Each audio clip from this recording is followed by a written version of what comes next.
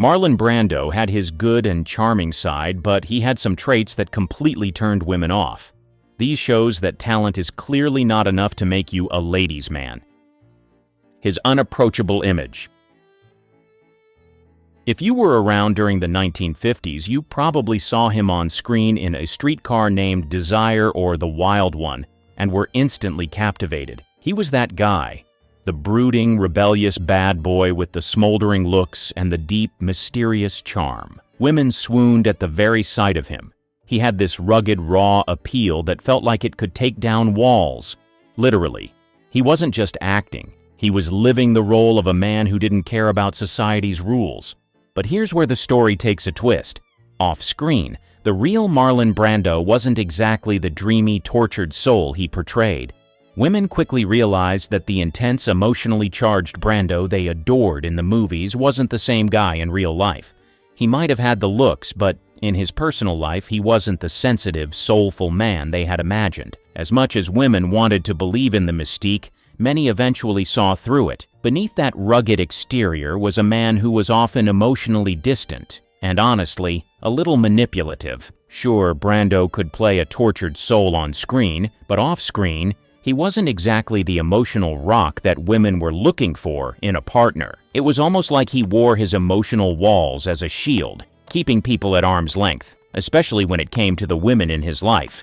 In fact, a lot of women who got close to him described him as being cold and detached. He didn't always respond the way you might expect from someone who had captured the hearts of millions. For a man who could play someone so deeply emotional on screen, his personal relationships felt one-dimensional and, at times, downright empty. It was almost like he was using his bad boy persona as a mask to hide from forming any real connection. And then, there was the manipulation. Brando had this way of keeping women intrigued, but mostly by keeping them on their toes. He wasn't the type to shower you with affection or make you feel secure.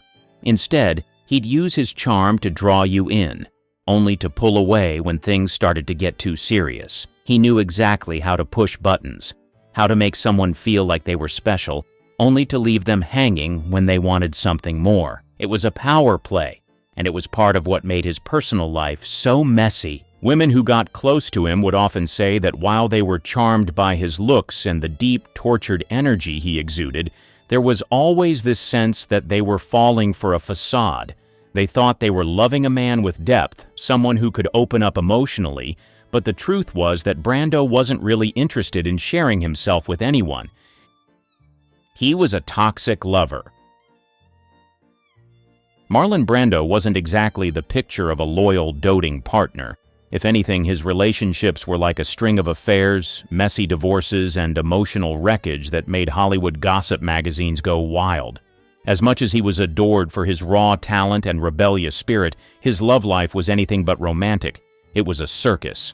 Brando's womanizing ways, coupled with his emotionally distant nature, made him a legend, but not in a good way when it came to his relationships with women. Brando's love life could be described as complicated at best and downright scandalous at worst. He was married twice, first to Anna Kashfi, an actress who was much younger than him, and then to Movida Castaneda, a Mexican actress.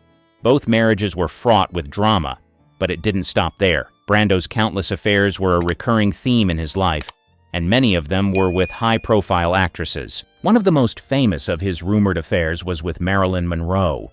The two were reportedly close during the filming of The Misfits, 1961, though Monroe's fragile emotional state meant their relationship was more like a fleeting moment than a stable affair.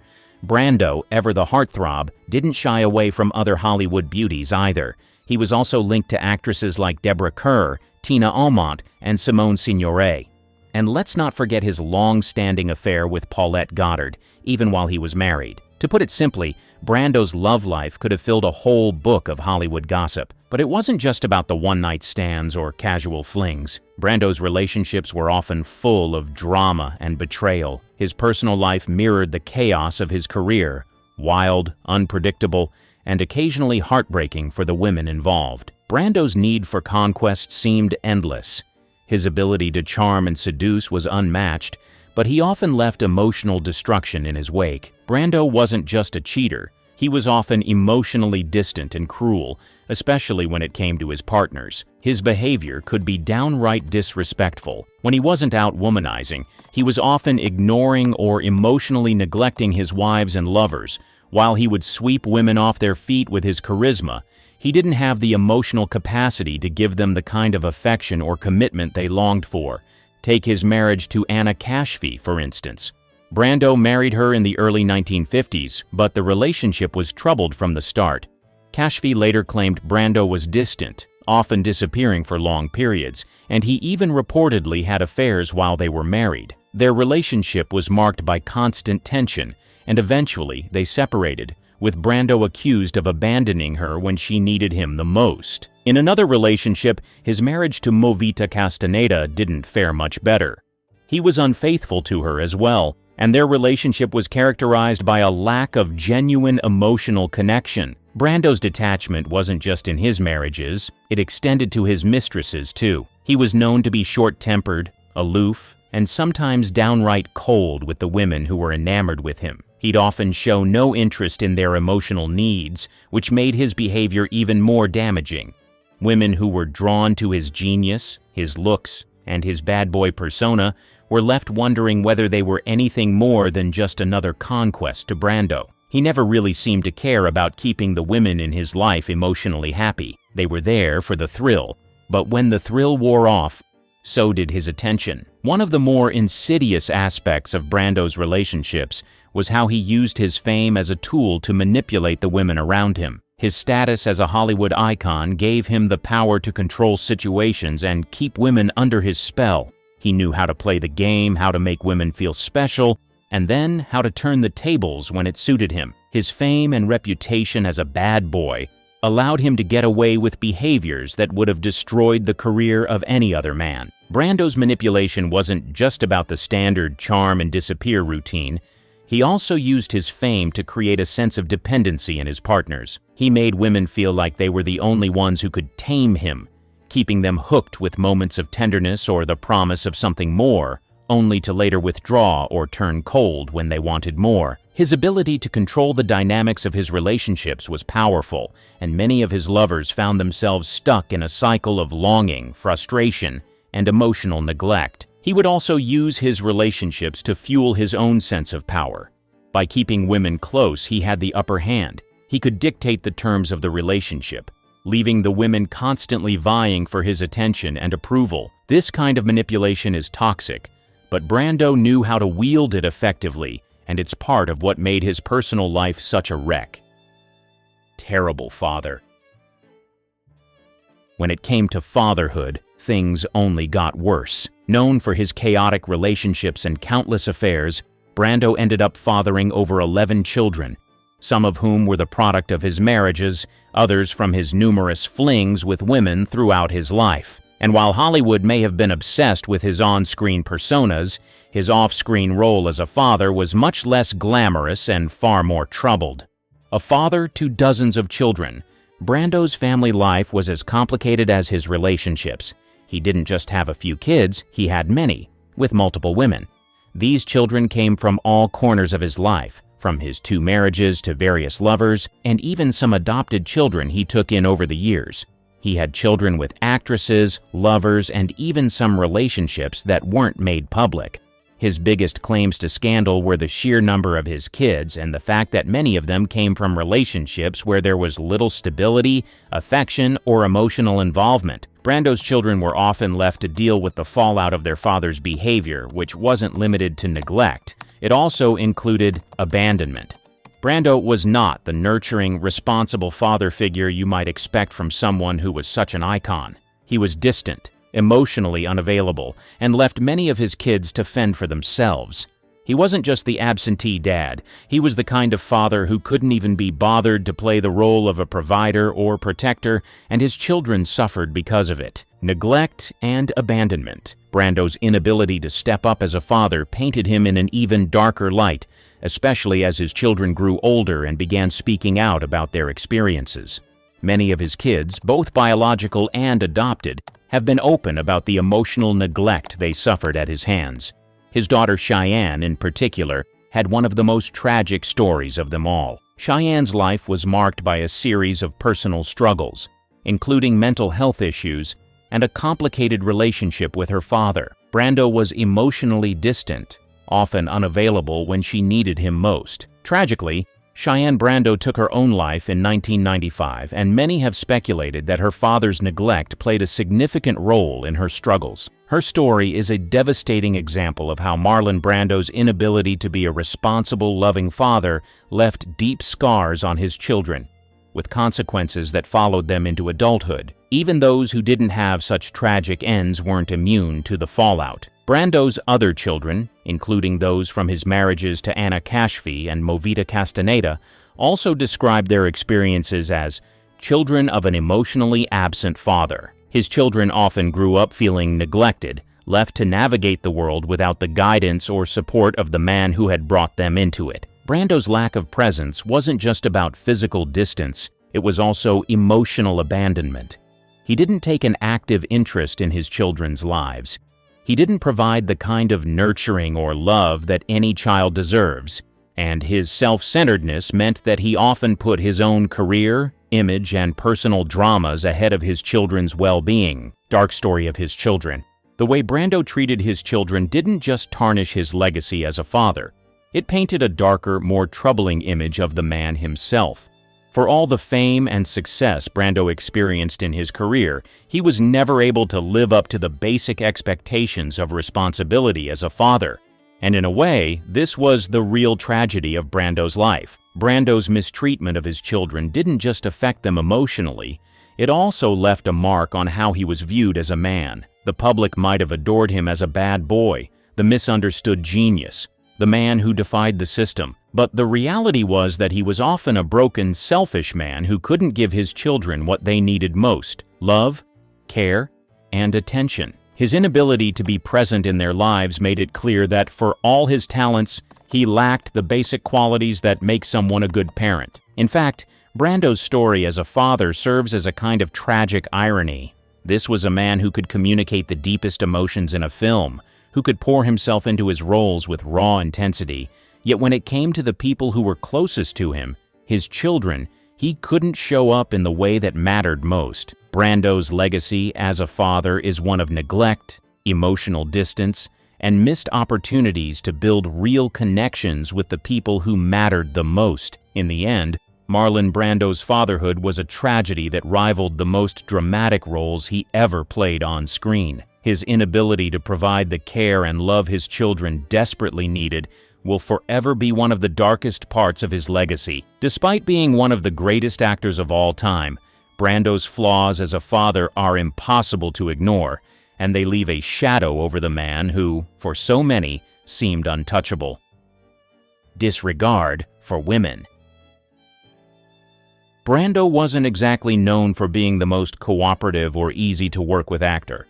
In fact, he gained a reputation for being downright difficult on set, especially when it came to dealing with directors, producers, and even his fellow actors. He was notorious for making unreasonable demands, showing up late, and at times refusing to follow direction. He didn't play by the rules, and while that rebellious energy worked for his image, it didn't always translate into professional conduct.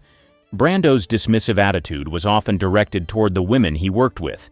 It wasn't uncommon for him to undermine his female co-stars or act dismissively in their presence. He expected to be treated like a king on set, and that meant that women were often pushed to the sidelines in favor of catering to Brando's whims. For instance, during the filming of The Godfather, Brando famously requested a giant paycheck while doing little to meet the demands of the role, and his on-set antics were often described as unprofessional. While many male co-stars might have tolerated this behavior, Brando's treatment of the actresses on set often went beyond the usual diva demands. It was about his entitlement and disregard for the women's roles in the production. Many people in the industry remember Brando's lack of respect for the other actors, particularly the women. In some instances, he would completely ignore the direction given by female directors or producers, believing his star power gave him the right to bypass any creative input from others. This created a toxic atmosphere on set, where Brando's mood swings and uncooperative nature made it harder for the women to perform their roles or make their voices heard. It wasn't just about being difficult. It was about disrespecting their presence in the film industry, treating them as secondary to his own star power. Brando's interactions with his female co-stars, including some of Hollywood's most famous women, were frequently marked by a lack of kindness and a sense of cruelty.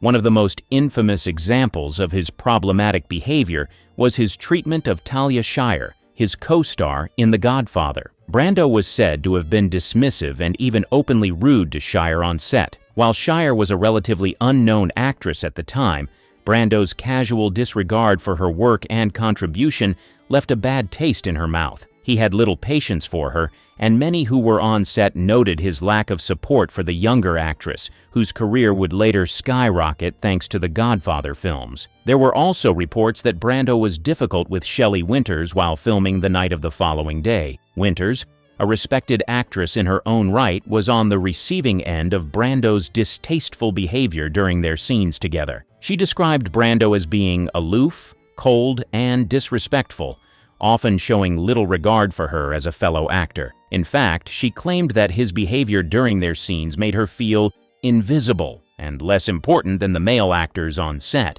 Brando's relationships with co-stars like Marilyn Monroe and Deborah Kerr weren't much better. While he may have shared some on-screen chemistry with them behind the scenes, he was often distant, condescending, and dismissive. Brando had a tendency to view women primarily as objects of desire or as tools to serve his own ego. This wasn't the behavior of a man who saw his fellow actors as equals. It was the behavior of someone who thought he was above everyone else, especially the women in the industry. One of the most telling moments in Brando's career came when he openly criticized Eva Marie Saint, his co-star in On the Waterfront. Brando was known to overshadow his co-stars, especially the women, and his comments about Saint's acting were harsh, particularly given her performance in the film. He was quick to dismiss her efforts, adding to his reputation as someone who treated women as inferior, even if they were delivering strong performances. Brando's actions weren't just limited to the women he worked with. His general lack of respect for women in the film industry extended to his personal life as well, where he was often known for his womanizing ways, emotionally distant behavior, and a disregard for the emotional needs of those around him. He was self-destructive. Brando's self-sabotage was legendary.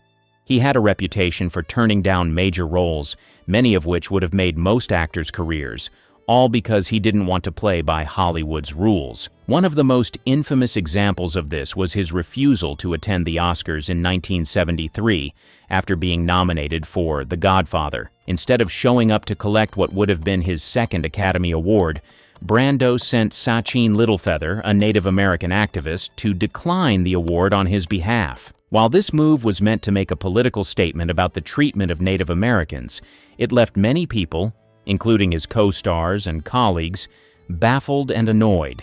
This tendency to reject the spotlight wasn't limited to awards.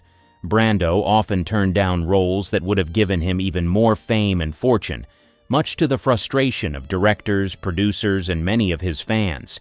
He was known for behaving like he was above the rules of Hollywood, and this was a turnoff for many women who saw his refusal to acknowledge the impact of his actions as a sign of immaturity and selfishness. Brando's neglect of relationships followed the same pattern. He had multiple marriages and countless affairs, and many of these relationships were left to wither on the vine due to his emotional unavailability and carelessness. He never seemed willing to put in the effort to make things work with the women he was involved with. Instead of addressing issues head-on or trying to make amends, Brando would often retreat into his own world, ignoring the people who mattered most to him. For the women who loved him, this constant cycle of neglect was painful and disheartening. He was more than willing to be a self-destructive force in his personal life, whether by abandoning his kids, mistreating his partners, or running from the responsibility that came with being a public figure. In the eyes of many women, Brando was a man who just couldn't seem to get it together. He had all the talent in the world, but he refused to channel it into anything resembling a stable, responsible life. The excuse for everything attitude. What made Brando's behavior even more difficult to tolerate was his excuse for everything attitude. It was almost as if he believed his artistic genius, his traumatic past, or his status as a Hollywood icon meant he could get away with anything. When he mistreated the women in his life, whether emotionally or physically, he would often justify it by talking about his turbulent childhood or his artistic struggles. Brando leaned heavily on his personal demons as a way to avoid accountability. For example, his relationship with his daughter Cheyenne was a mess, but Brando excused his neglect of her by claiming that his fame and acting career were simply too demanding for him to juggle everything. Women who were in romantic relationships with him were often told that his infidelities or emotional cruelty were the result of his artistic temperament. It was as if he was trying to give himself a free pass for bad behavior by wrapping it up in the complexities of being a misunderstood genius. This kind of attitude created a pattern where women were forced to either accept his excuses or walk away, and many of them, after facing emotional abuse or dealing with his irresponsibility, chose the latter. They came to realize that Brando wasn't just a man who had been through difficult experiences. He was a man who chose to use those experiences as a way to manipulate and control others. His refusal to deal with his actions in a meaningful way only deepened the disillusionment many women felt towards him. No, I am your father.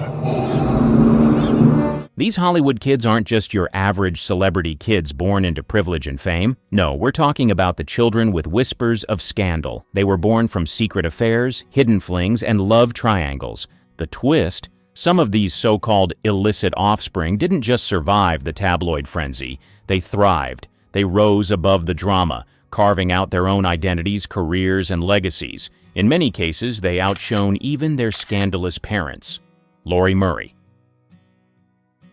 Laurie was born in the 1950s as the result of an affair between legendary actor Clint Eastwood and a woman he was involved with before his rise to superstardom. At the time, Eastwood was a struggling actor trying to make a name for himself, and the woman, whose identity remained under wraps for decades, was someone he was seeing on the side. Here's the interesting part. Clint was already in a serious relationship and later marriage with Maggie Johnson when Laurie was born. That's right. Laurie was an illegitimate child, kept a secret from the public and, shockingly, even from Eastwood himself for years. The circumstances surrounding her birth were as dramatic as you'd expect from a Hollywood icon. Clint's relationship with Laurie's mother ended quietly, and Laurie was put up for adoption shortly after she was born. She was raised by loving adoptive parents and grew up not knowing that her biological father was one of the biggest names in Hollywood. It wasn't until much later in life that Laurie discovered her true parentage. She reportedly hired a genealogist to dig into her background, and lo and behold, the trail led straight to Clint Eastwood. Well, do you, punk? Imagine finding out that your biological dad is Dirty Harry himself. Talk about a plot twist. Now, you might think that being Clint Eastwood's daughter automatically meant a golden ticket to Hollywood stardom, but Laurie took a very different path. Unlike her famous dad, Laurie stayed far away from the spotlight. She didn't become an actress, a producer, or anything even remotely tied to the entertainment industry. Instead, she lived a relatively low-key life, focusing on her family and personal pursuits. That said, her name made waves when the news of her connection to Eastwood came to light, turning her into a media sensation for a time. So, while Laurie didn't exactly have a Hollywood career in the traditional sense, her life story became part of Hollywood lore. She might not have starred in movies or collected Oscars, but her very existence is tied to one of the most intriguing behind-the-scenes stories in the industry. Now let's talk about their laurels. Let's be real here.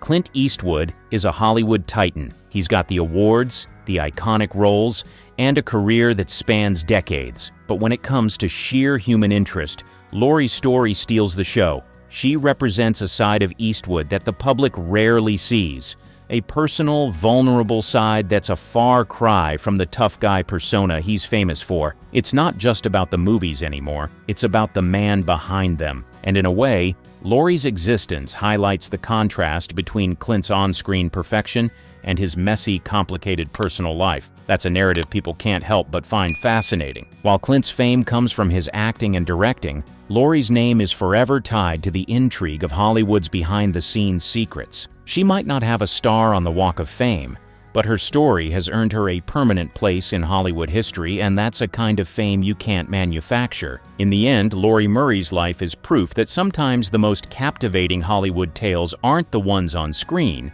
but the ones playing out in real life. From her secretive beginnings to her unexpected connection to one of the industry's biggest stars, Laurie's story is one that will keep people talking for years to come. Christiana Crawford.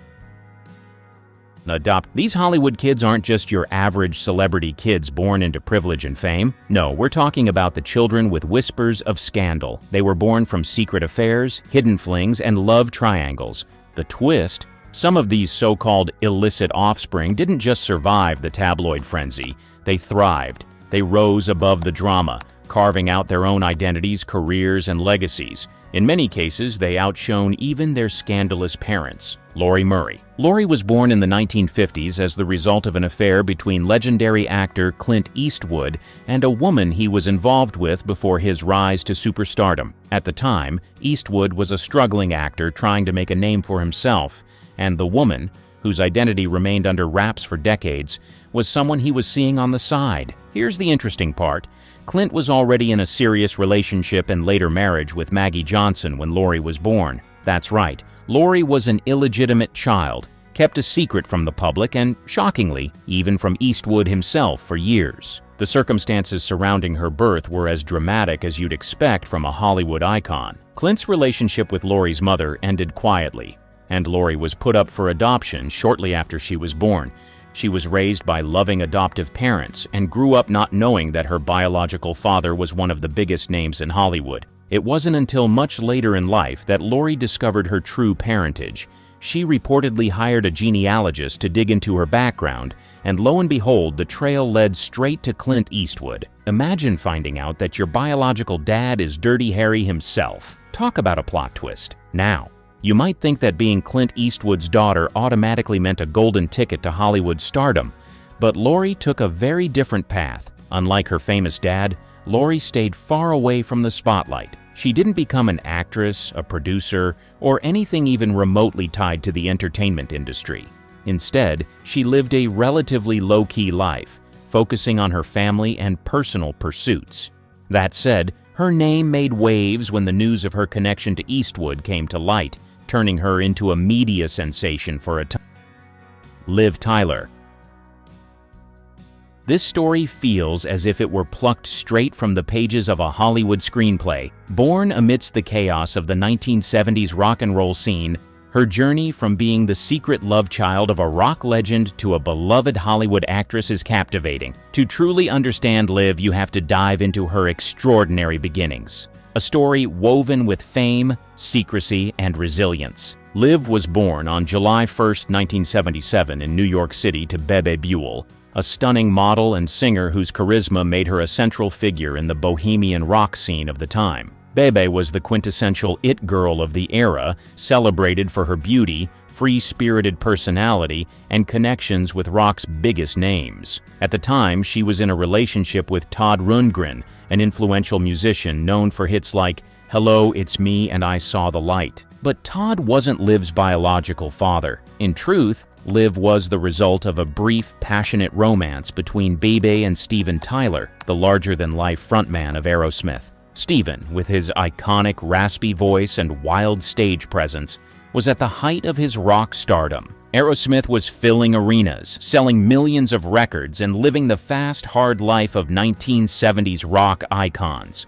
A life that came with its share of excess and instability. Fearing Steven's tumultuous lifestyle wouldn't provide the stability needed to raise a child, Bebe made a surprising decision. She turned to Todd Rundgren, who agreed to claim paternity and raise Liv as his own. Todd's decision wasn't just a practical arrangement. It was a loving act meant to shield Liv from the chaos of her biological father's world. For years, Liv grew up believing Todd was her father, and it wasn't until she was around 9 years old that the truth came out. The revelation happened in a way that feels like something out of a movie. At an Aerosmith concert, Liv met Mia Tyler, Steven Tyler's daughter from another relationship. The resemblance between Liv and Mia was undeniable, and it planted the seeds of curiosity in Liv's young mind. Soon after, Bebe confirmed the truth. Her real father was Steven Tyler. For many, such a discovery might have led to confusion or turmoil, but Liv handled it with grace.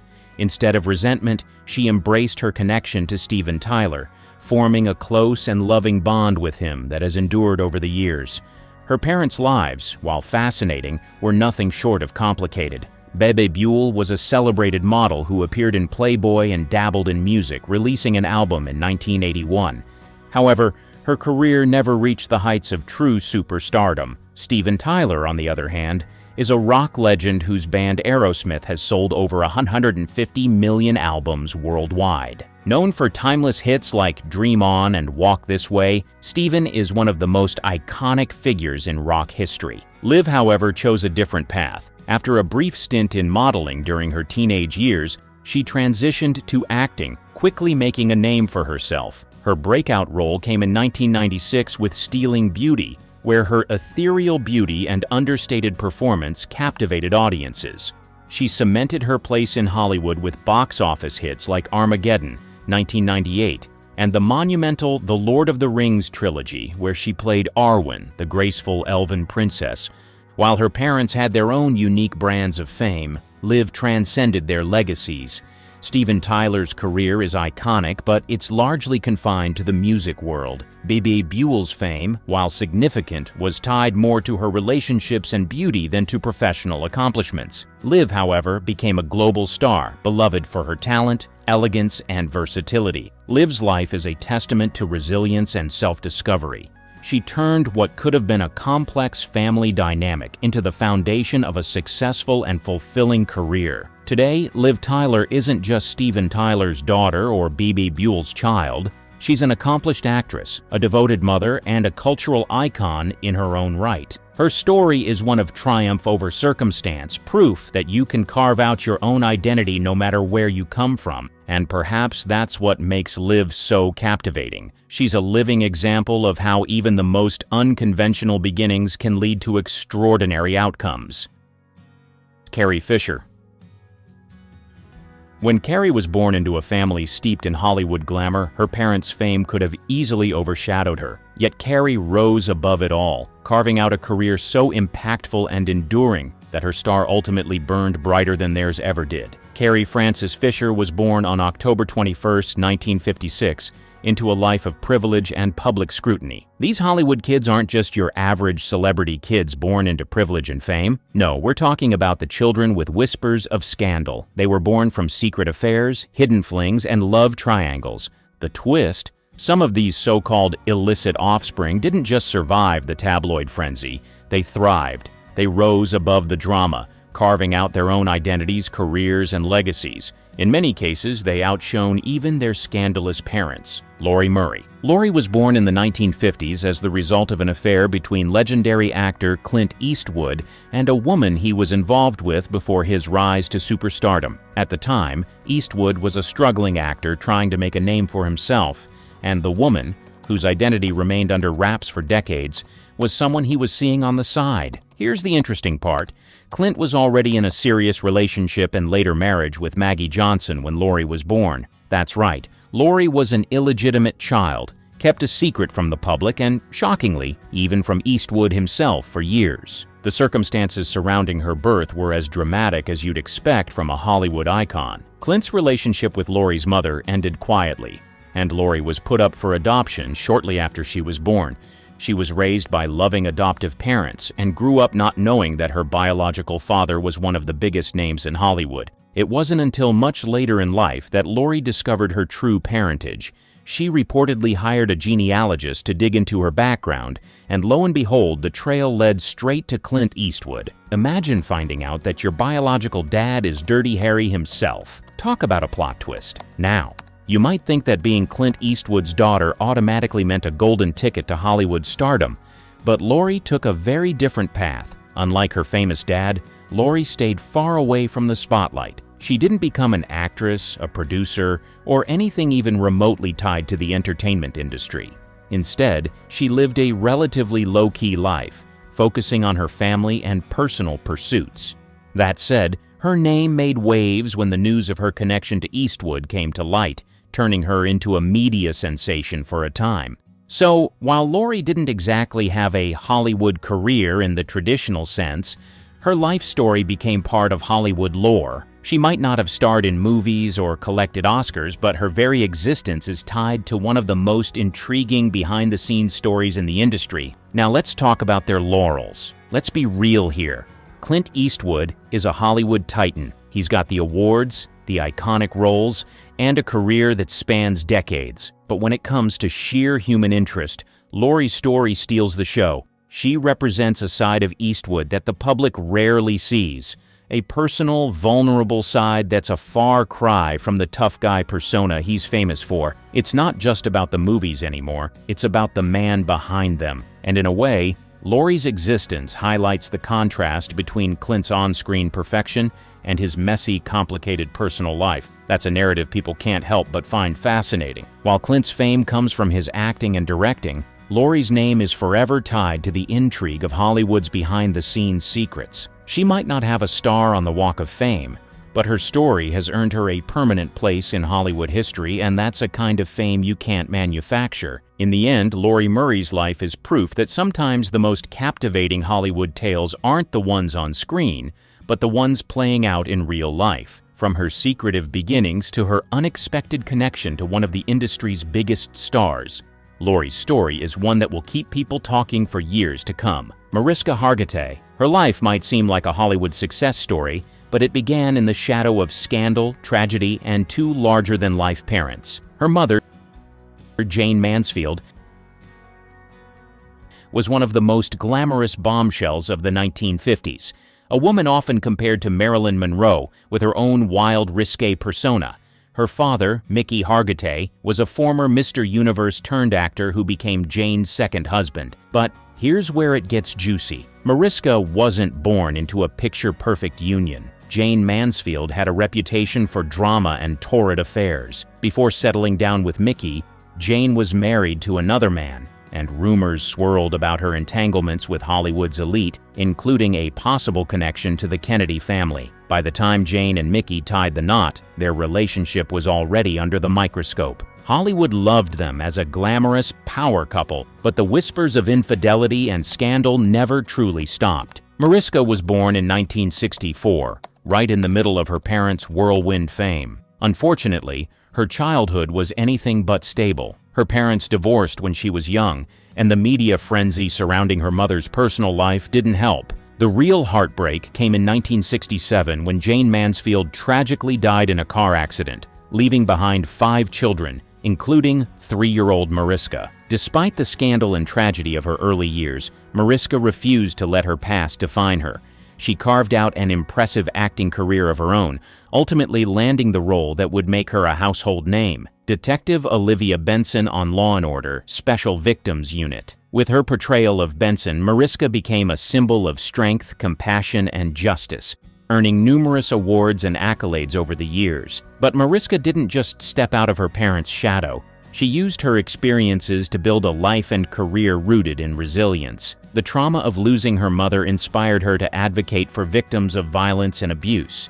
She founded the Joyful Heart Foundation, which supports survivors of sexual assault, domestic violence, and child abuse, cementing her legacy as more than just an actress. Today, Mariska Hargitay is a shining example of how to rise above scandal and tragedy. While her mother's name will always be linked to Hollywood gossip and heartbreak, Mariska has built a legacy of her own, one defined by empathy, activism, and a career that's just as iconic in its own way. Jane Mansfield may have been the original star in the family, but Mariska's light shines just as brightly, if not more so. Liv Tyler. This story feels as if it were plucked straight from the pages of a Hollywood screenplay. Born amidst the chaos of the 1970s rock and roll scene, her journey from being the secret love child of a rock legend to a beloved Hollywood actress is captivating. To truly understand Liv, you have to dive into her extraordinary beginnings. A story woven with fame, secrecy, and resilience. Liv was born on July 1, 1977 in New York City to Bebe Buell, a stunning model and singer whose charisma made her a central figure in the bohemian rock scene of the time. Bebe was the quintessential it girl of the era, celebrated for her beauty, free-spirited personality, and connections with rock's biggest names. At the time, she was in a relationship with Todd Rundgren, an influential musician known for hits like "Hello, It's Me and I Saw the Light." But Todd wasn't Liv's biological father. In truth, Liv was the result of a brief, passionate romance between Bebe and Steven Tyler, the larger-than-life frontman of Aerosmith. Steven, with his iconic, raspy voice and wild stage presence, was at the height of his rock stardom. Aerosmith was filling arenas, selling millions of records, and living the fast, hard life of 1970s rock icons. A life that came with its share of excess and instability. Fearing Steven's tumultuous lifestyle wouldn't provide the stability needed to raise a child, Bebe made a surprising decision. She turned to Todd Rundgren, who agreed to claim paternity and raise Liv as his own. Todd's decision wasn't just a practical arrangement. It was a loving act meant to shield Liv from the chaos of her biological father's world. For years, Liv grew up believing Todd was her father, and it wasn't until she was around 9 years old that the truth came out. The revelation happened in a way that feels like something out of a movie. At an Aerosmith concert, Liv met Mia Tyler, Steven Tyler's daughter from another relationship. The resemblance between Liv and Mia was undeniable, and it planted the seeds of curiosity in Liv's young mind. Soon after, Bebe confirmed the truth. Her real father was Steven Tyler. For many, such a discovery might have led to confusion or turmoil, but Liv handled it with grace. Instead of resentment, she embraced her connection to Steven Tyler, forming a close and loving bond with him that has endured over the years. Her parents' lives, while fascinating, were nothing short of complicated. Bebe Buell was a celebrated model who appeared in Playboy and dabbled in music, releasing an album in 1981. However, her career never reached the heights of true superstardom. Steven Tyler, on the other hand, is a rock legend whose band Aerosmith has sold over 150 million albums worldwide. Known for timeless hits like Dream On and Walk This Way, Steven is one of the most iconic figures in rock history. Liv, however, chose a different path. After a brief stint in modeling during her teenage years, she transitioned to acting, quickly making a name for herself. Her breakout role came in 1996 with Stealing Beauty, where her ethereal beauty and understated performance captivated audiences. She cemented her place in Hollywood with box office hits like Armageddon, 1998, and the monumental The Lord of the Rings trilogy, where she played Arwen, the graceful elven princess. While her parents had their own unique brands of fame, Liv transcended their legacies. Steven Tyler's career is iconic, but it's largely confined to the music world. Bebe Buell's fame, while significant, was tied more to her relationships and beauty than to professional accomplishments. Liv, however, became a global star, beloved for her talent, elegance, and versatility. Liv's life is a testament to resilience and self-discovery.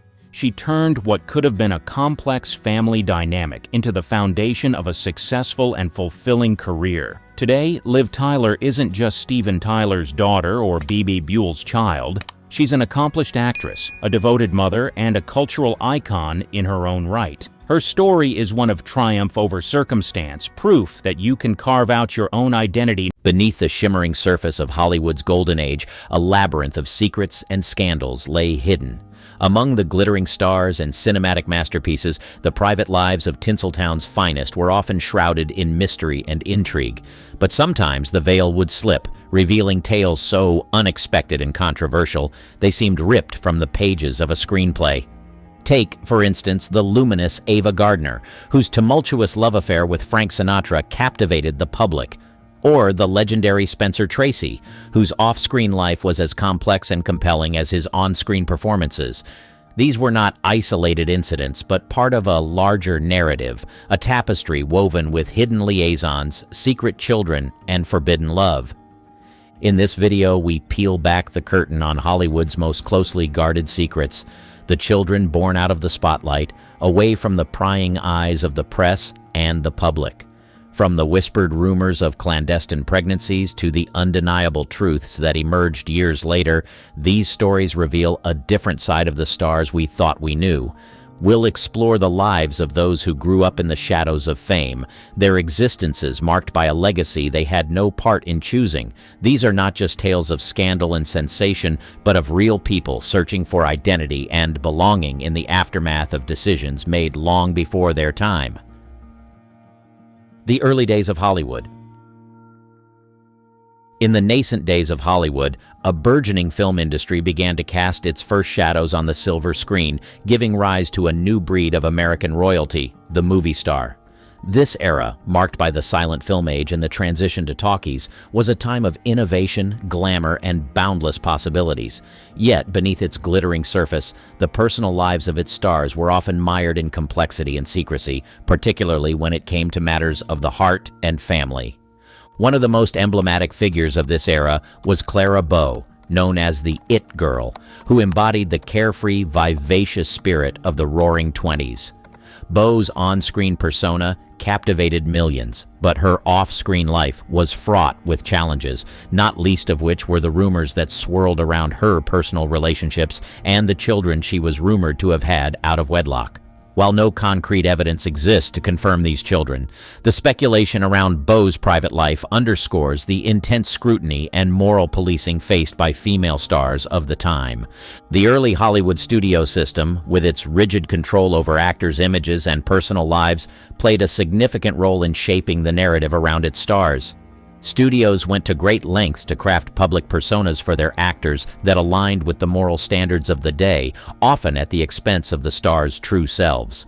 This led to a culture of secrecy and double lives, where stars like Bow were forced to navigate their personal affairs in the shadows, away from the prying eyes of the press and moral watchdogs. The case of Bow is not isolated. Other stars of the era, such as Louise Brooks and Alma Rubens, faced similar challenges.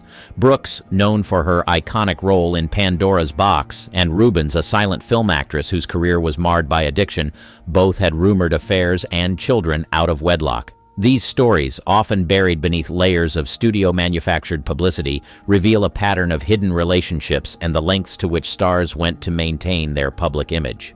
The societal norms of the early 20th century, which stigmatized children born outside of marriage, added another layer of complexity to these situations. The children of these liaisons, if they existed, were often raised in secrecy or given up for adoption, their paternity shrouded in mystery. This practice was not limited to Hollywood, but was reflective of broader societal attitudes towards illegitimacy and the sanctity of the traditional family unit. The impact of these hidden relationships and their resulting offspring rippled through the lives of those involved. For the stars, it meant a constant balancing act between their public personas and private realities, often leading to personal turmoil and, in some cases, the end of careers. For the children, it meant growing up with a secret legacy, their identities shaped by the circumstances of their birth and the societal stigma attached to it. The studio system's secrets. In the golden age of Hollywood, the studio system wielded unparalleled influence over the careers and personal lives of its stars. This era, characterized by its tight control over the public images of actors, also bore witness to one of the most poignant and carefully concealed stories of illicit love and hidden lineage, the story of Loretta Young, Clark Gable, and their daughter, Judy Lewis. Loretta Young, an actress of ethereal beauty and profound talent, was a prominent figure in Hollywood's studio system. Her career spanned from silent films through the golden age of cinema, earning her critical acclaim and a devout following. Clark Gable, known as the King of Hollywood, was the epitome of masculine charm and one of the era's most bankable stars. Their paths crossed professionally on the set of The Call of the Wild in 1935, leading to an affair that would become one of Hollywood's most closely guarded secrets. The affair resulted in Young's pregnancy, a situation fraught with potential scandal that could have ended both actors' careers. In an era when the moral clauses in studio contracts dictated the personal lives of Hollywood stars, Young's pregnancy was a ticking time bomb. With meticulous planning and the complicity of a few trusted individuals, Young disappeared from the public eye, citing illness, while she was, in fact, pregnant. Judy Lewis was born on November 6, 1935, in Venice, California. To protect her and Gable's careers and maintain her public image, Young placed Judy in an orphanage, only to adopt her months later in a well-orchestrated move designed to avoid scandal. This act of subterfuge was a testament to the lengths stars had to go to preserve their standing in the unforgiving Hollywood landscape. Judy grew up unaware of her true parentage, although rumors and whispers followed her throughout her childhood and adolescence. The resemblance to Gable was undeniable, with her ears being a particularly telling feature, leading Young to have Judy undergo surgery to make them less prominent. Despite these measures, the truth about Judy's father remained an open secret in Hollywood, known by many but publicly acknowledged by none. The relationship between Young and her daughter was complex and fraught with unspoken truths. It wasn't until Judy was an adult that Young confirmed her father's identity, a revelation that reshaped Judy's understanding of her own identity and her place in the world. The impact of this secret on Lewis was profound, affecting her sense of self and her relationships with both her mother and the father she never knew. Love affairs in the spotlight. The story of Ingrid Bergman and Roberto Rossellini is a tale of passion, art, and scandal that shook the foundations of Hollywood's golden age and challenged the moral compass of the era. Bergman, a Swedish actress renowned for her luminous beauty and profound talent, had captivated American audiences with her performances in films such as Casablanca and Gaslight, for which she won her first Academy Award. Rossellini, an Italian film director, was a leading figure in the neorealism movement, known for his raw and authentic portrayal of post-war Italy. Their union was not just a merging of two cinematic worlds, but also a love affair that defied conventions and sparked international controversy. Their story began in the late 1940s when Bergman, then married to Dr. Petter Lindstrom, wrote a letter to Rossellini expressing her admiration for his work and her desire to make a film with him.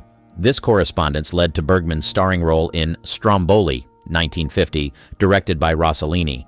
During the production of the film, their professional relationship blossomed into a romantic affair, a development that would have profound personal and professional repercussions. The affair became public knowledge when Bergman became pregnant with Rossellini's child. In an era when Hollywood's moral code was strictly enforced and the personal lives of its stars were subject to public scrutiny, the revelation of their relationship was scandalous. Bergman, who had been revered as a symbol of grace and virtue, was now vilified in the press, condemned by the public, and even denounced on the floor of the United States Senate for immoral conduct. The birth of their son, Renato Roberto Giusto Giuseppe Rossellini, in 1950, and later the twins Isabella and Ingrid Rossellini, only intensified the scandal. Bergman's marriage to Lindstrom ended in divorce, and she married Rossellini in 1950. However, the damage to her public image was significant. Bergman was forced to leave Hollywood and would not return to the American screen for several years. The relationship between Bergman and Rossellini and the birth of their children marked a significant moment in Hollywood history. It challenged the industry's and society's expectations of female stars, highlighting the double standards applied to women's personal and professional lives. Bergman's career, although temporarily derailed, eventually recovered. She went on to win 2 more Academy Awards, proving that talent could overcome scandal. The children of Bergman and Rossellini grew up in the shadow of this controversy, but carved out their own paths. Isabella Rossellini became a successful actress and model, while Ingrid Rossellini pursued a career in academia. Renato Rossellini, though less in the public eye, also made his mark away from the glare of the scandal that had surrounded his birth. The rock and roll era. The affair between Eddie Fisher and Elizabeth Taylor is one of Hollywood's most notorious scandals, emblematic of the changing social mores and the increasing scrutiny of celebrity personal lives in the post-war era. Fisher, a popular singer, and Taylor, a film star of unparalleled beauty and talent, found themselves at the center of a media storm that would have lasting repercussions on their careers and personal lives, particularly impacting Fisher's family with Debbie Reynolds. Eddie Fisher and Debbie Reynolds were America's sweethearts, their marriage seemingly a fairy tale union of 2 beloved entertainers. They had 2 children, Carrie and Todd Fisher, completing the picture of domestic bliss. However, the stability of their marriage was shattered by Fisher's affair with Elizabeth Taylor, who was then the widow of Fisher's best friend, Mike Todd. The affair not only ended Fisher's marriage to Reynolds, but also ignited a public scandal that dominated headlines and captivated the American public. The impact of the affair on Fisher's children with Reynolds was profound and multifaceted. Carrie Fisher, who would later achieve fame as an actress, writer, and Hollywood icon in her own right, spoke openly about the pain and confusion the scandal caused her as a child. The very public nature of her parents' divorce and her father's subsequent marriage to Taylor placed Carrie and her brother Todd in an unwelcome spotlight, subjecting them to public scrutiny and media speculation at a young age. The affair and its fallout marked a significant moment in the evolution of celebrity culture. It highlighted the growing power of the media to shape public perceptions of stars and underscored the vulnerability of celebrity marriages to public and press intrusion. Fisher's career suffered in the aftermath of the scandal, with his public image tarnished by his role in the breakup of his marriage to Reynolds. Taylor, on the other hand, continued to thrive professionally, her career seemingly impervious to the scandal, though she faced public censure for her role in the affair. The relationship between Fisher and Taylor was short-lived, ending in divorce in 1964. However, the legacy of their affair lingered, affecting the personal dynamics within their blended family for years to come. Carrie Fisher's relationship with her father was strained, a theme she would explore in her writing and interviews, offering insight into the complex nature of familial bonds in the aftermath of public scandal. The Golden Age's hidden stories. Spencer Tracy's career spanned over 3 decades, during which he became one of Hollywood's most respected actors. His on-screen chemistry with Katharine Hepburn, with whom he made 9 films, is legendary. Off-screen, Tracy's life was intensely private, marked by struggles with alcoholism and a complex relationship with Hepburn that was both a profound partnership and a source of endless speculation. Tracy was married to Louise Treadwell, and together they had 2 children, John and Susie. However, his relationship with Hepburn, which began after his marriage, was an open secret in Hollywood. Despite never divorcing Treadwell, Tracy and Hepburn maintained a relationship until his death in 1967. The nature of their relationship, conducted away from the public eye, has been the subject of much discussion, with many admirers and biographers noting the depth of their connection and the sacrifices both made to maintain it. Regarding the speculation surrounding Tracy's private life and the possibility of children born out of wedlock, it's crucial to approach this topic with caution. Unlike other Hollywood figures whose personal lives became public through revelations or acknowledgments, Tracy's story remains shrouded in the privacy he so fiercely protected. There are no confirmed accounts of children born outside his marriage to Treadwell, and much of what is speculated comes from a place of rumor rather than documented fact. The culture of Hollywood's golden age played a significant role in shaping the narratives around its stars. The studio system, with its emphasis on controlling the public images of its actors, often led to a dissonance between the public personas and private lives of its biggest names. Tracy, like many of his contemporaries, navigated this divide, maintaining a level of privacy that has left many aspects of his life open to interpretation and speculation. Scandals behind the silver screen. Ava Gardner and Frank Sinatra's relationship was the stuff of Hollywood legend, a union that combined beauty, talent, and tumult in equal measure. Gardner, known for her stunning looks and formidable acting prowess, and Sinatra, a singer of unparalleled talent whose career was experiencing a downturn when they first became involved, were both massive stars in their own right. Their relationship began in the late 1940s and quickly became one of the most talked-about romances of the era. The pressures facing stars of Hollywood's golden age were immense. The studio system exerted significant control over actors' careers and personal lives, often dictating not just the roles they played, but whom they were seen with and how they conducted their private affairs. For Gardner and Sinatra, this meant their relationship was subject to intense scrutiny, not just from studio heads, but from the public and the press. Rumors of a pregnancy emerged at a time when both Gardner and Sinatra were under considerable public attention. Gardner's marriage to Sinatra, her third and his second, was marked by passionate highs and devastating lows, with both parties' careers and personal demons often clashing. The rumored pregnancy has been a point of speculation for biographers and fans alike, seen as a potential turning point in their tumultuous relationship. However, Without concrete evidence or confirmation from Gardner or Sinatra themselves, the story remains part of the larger narrative of their storied romance. The impact of such speculation on Gardner in particular highlights the double standards and gendered expectations placed on women in Hollywood. While male stars often faced less criticism for their romantic entanglements, women were scrutinized and judged more harshly. Gardner, already known for her independent spirit and resistance to the studio system's attempts to control her, would have been acutely aware of the potential fallout from any confirmation of a pregnancy outside of marriage, even within the context of her marriage to Sinatra.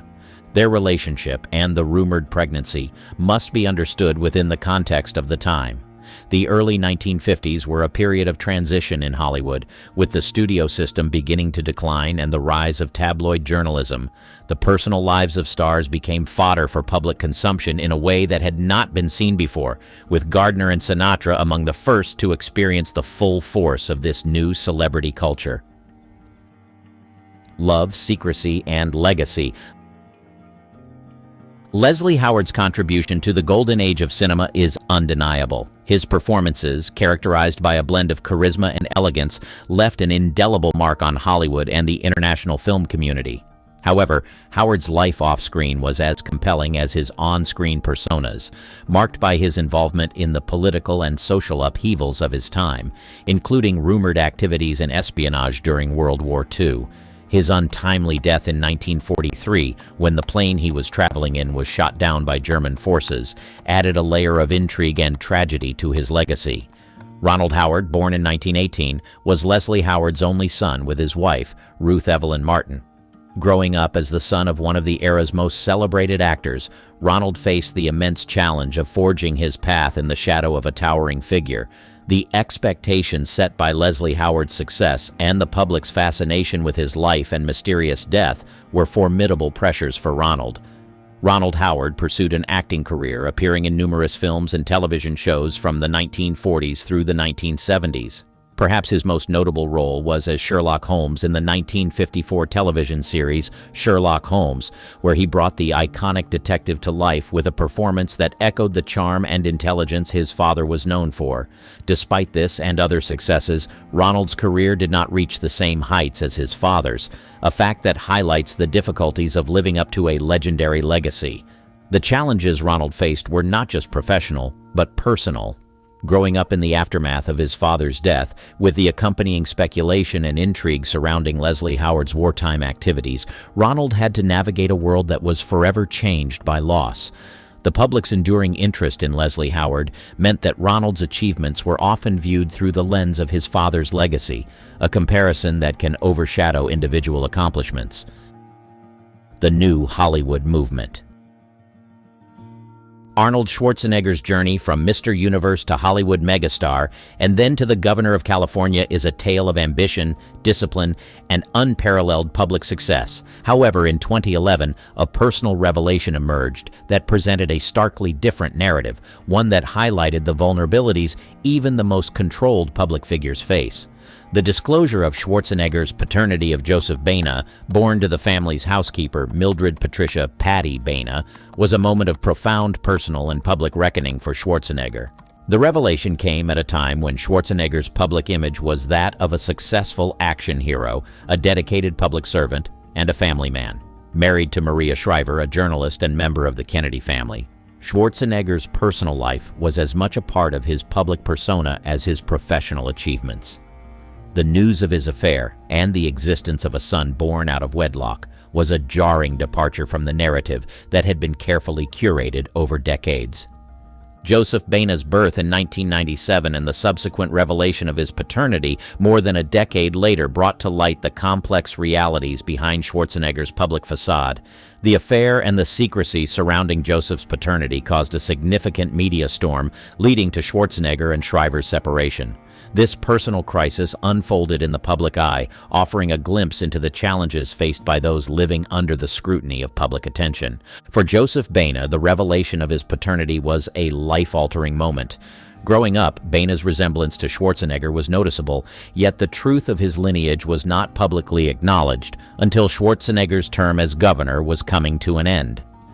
The public disclosure thrust Baena into the spotlight, a position that comes with its own set of challenges and opportunities. Despite the initial controversy, Schwarzenegger took responsibility for his actions and has since been an active part of Baena's life. Baena has navigated his path with a notable grace, pursuing his education and showing a keen interest in bodybuilding, echoing his father's own beginnings. His relationship with Schwarzenegger has grown stronger over the years, with the two often seen sharing moments of their lives on social media, from gym workouts to celebrating graduations. She has incredible appeal. Have you ever noticed how some people just have this energy that pulls you in?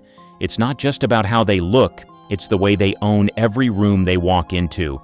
That's exactly what Helen Mirren does. She's got this incredible blend of confidence and sensuality that feels effortless, like she's never had to try too hard because she knows exactly who she is. And that's magnetic.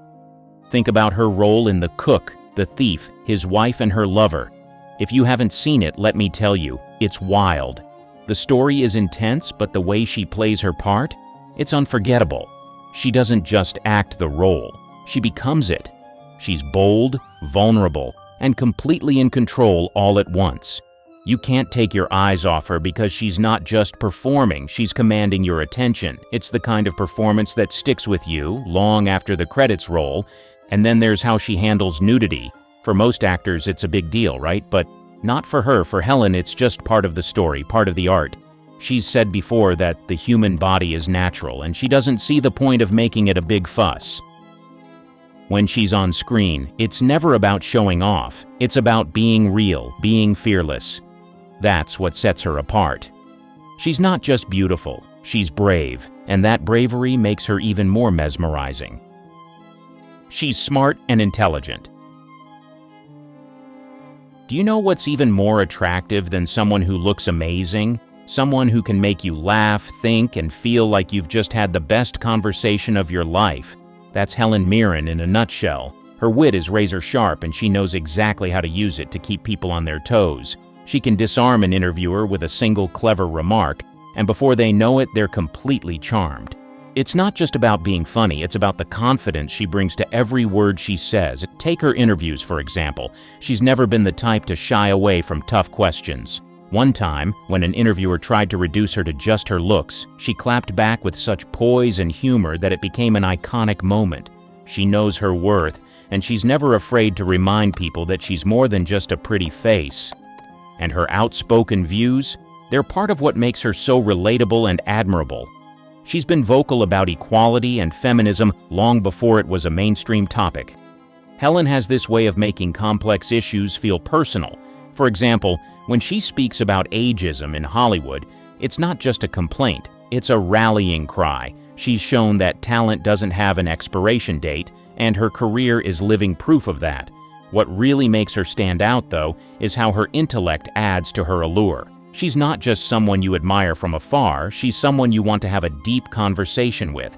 She makes you think, laugh, and maybe even see things a little differently.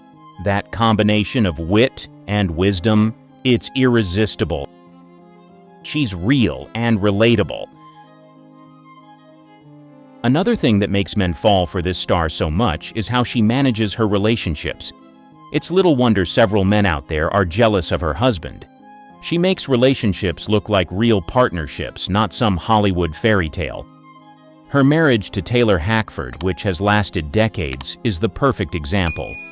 They met in 1986, got married in 1997, and have been going strong ever since. That kind of longevity is impressive in an industry where relationships seem to unravel overnight. But what's even more interesting is how they've managed to balance love with independence, something Helen has always fiercely guarded. Helen has been very open about the fact that she didn't feel the need to rush into marriage. She once said that she got married for the right reasons, not because of social expectations or pressure. That practicality made her relationship relatable. It's not some fantasy, it's about mutual respect and understanding. She and Taylor are both incredibly busy people, but they've made it work by giving each other space to thrive individually. What's even cooler is how her personal life reflects the kind of characters she often plays. strong, self-reliant women who don't need anyone to complete them, but still know how to love deeply. She doesn't come across as someone who compromises herself for a relationship. Instead, she's built a life where love enhances who she is rather than defines her. That balance, being both independent and deeply committed, makes her so relatable. Helen Mirren doesn't just talk about empowerment, she lives it, even in her most personal choices. And that's a big part of what makes her so admired, not just as an actress, but as a person. Timeless beauty. While so many people, especially in Hollywood, try to fight time, Helen embraced it, and somehow became even more captivating along the way. It's not just about looking good, though, because, let's be honest, she looks amazing. It's the way she carries herself, with this blend of elegance, confidence, and self-assuredness that makes you stop and take notice. Her fashion choices alone have turned heads for decades. Remember that silver Dolce & Gabbana gown she wore to the Oscars at age 72? It was a total showstopper, proving that glamour has no age limit. Or the time she's rocked bold, edgy looks that most people wouldn't expect from someone in her 70s? Helen doesn't play by anyone else's rules, and that's what makes her so unforgettable. She's shown the world that getting older doesn't mean fading into the background. It's about standing out even more. And it's not just her style that's defied societal expectations. Helen has been outspoken about how Hollywood treats older women, calling out the double standards with her trademark wit and honesty. Instead of bowing to those outdated ideas, she's shattered them, continuing to land powerful roles and command respect long past the so-called prime age for actresses. What makes her appeal timeless is that she doesn't pretend to be anything she's not. She's embraced every stage of her life with grace, humor, and an undeniable sense of who she is. That authenticity, along with her killer sense of style and fearless attitude, is what keeps her an icon of desire, no matter her age. She's pleasant to the ears. There's just something about Helen Mirren's voice, isn't there? That smooth, refined accent instantly commands attention. It's the kind of voice that feels like it belongs in a palace but still knows how to crack a clever joke at the dinner table. Her accent is quintessentially British, dignified, polished, and undeniably attractive, but there's also warmth to it that makes her seem approachable, not aloof. It's like a perfect blend of sophistication and charm. What's really fascinating is how her voice adds so much to her presence on screen and in interviews. She doesn't just talk, she speaks. Every word feels intentional, as though she's carefully thought about how to make it land. Whether she's delivering a monologue in a period drama or tossing off a witty comeback in an interview, her voice pulls you in and makes you want to keep listening. And let's not forget how versatile it is. Helen's accent can shift from regal to down-to-earth depending on the role, but it always keeps that hint of elegance that's uniquely hers. Even when she's playing a character who's rough around the edges, that underlying sophistication shines through. It's one of the many reasons she's so captivating. Her voice isn't just a part of her, it's part of her power, and men all over the world appreciate and admire that. An attractive rebel. Helen Mirren has never been one to follow the rules, or let anyone else dictate who she should be. From the very start of her career, she made it clear she wasn't going to be boxed in. Early on, she took on roles that challenged not just her acting range, but society's expectations. Remember Caligula? Not exactly the typical Hollywood debut, right? She was willing to go there, taking on controversial roles that were raw, daring, and far from conventional. It was a clear signal that she wasn't afraid to step outside the mainstream, even if it meant stirring the pot. But it wasn't just the roles she chose, it was her attitude toward the whole industry. Hollywood often tries to label actresses, pushing them into neat little boxes. Either you're the serious actress who only does drama, or you're the sexy starlet who's just there for eye candy. Helen? She refused to be anyone's stereotype. She didn't let the media or filmmakers define her by her looks, her age, or any other limiting label. She's always been about embracing both sides of herself, playing the seductive, sultry roles as much as she's tackled complex, powerful women in drama. Her ability to switch effortlessly between these two identities, sexy and serious, shows just how much she's rewritten the rules for women in Hollywood. She's never felt the need to choose between one or the other, and that's part of what makes her so compelling. She's the ultimate example of someone who doesn't conform, but instead defines her own path, making sure we all know that it's okay to be more than one thing at once. That rebellious spirit? It's part of what makes Helen Mirren not just an icon, but a force to be reckoned with. The screen chameleon. Let's face it, Helen Mirren's talent is undeniable, and it's not just because she's a great actress. It's because she's a chameleon on screen. Whether she's portraying a regal queen or a scandalous seductress, she commits to each role with a depth and authenticity that's hard to match. Take the Queen, for example. She didn't just play Queen Elizabeth II, she became her, capturing every nuance of the monarch's power, vulnerability, and complexity.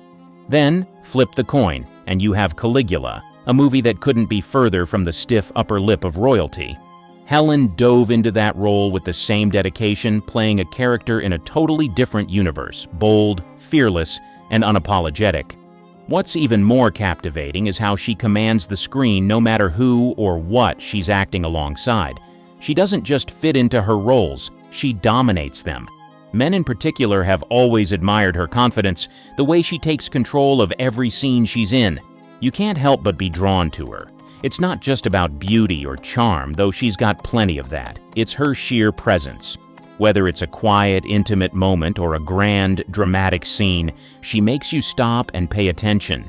That's something that has earned her respect from both her peers and audiences alike. And let's talk about those awards, because Helen Mirren has certainly earned her fair share. Academy Award, BAFTA, Golden Globe, you name it. The critical acclaim has piled up over the years, confirming what we already know. She's one of the best actors of her generation. She didn't just win these awards, she earned them with her talent, consistency, and sheer dedication to her craft. The power of her talent isn't just about playing roles, it's about transforming into a character and making that transformation unforgettable. It's why we admire her, not just for what she does, but for how she does it. She ages like fine wine. Helen is the perfect example of how aging can be a thing of beauty, not something to fear. In Hollywood, where youth is often considered the golden standard, Helen has done the complete opposite. She's embraced getting older with confidence and grace. She doesn't shy away from the lines on her face or the gray in her hair. Instead, she flaunts them like badges of honor.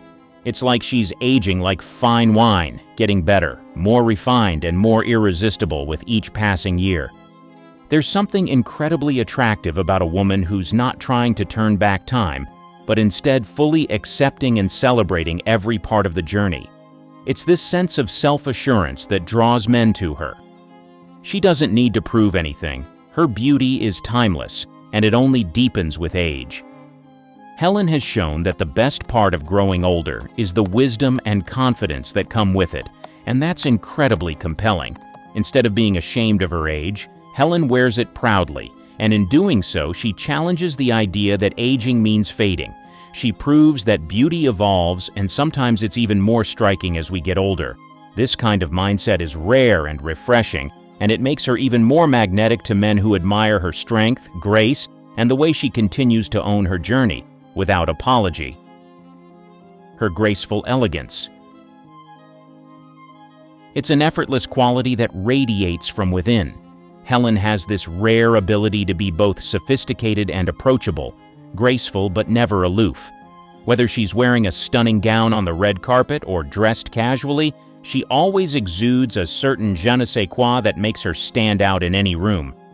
It's like she was born with an understanding of how to be polished without ever seeming like she's trying too hard.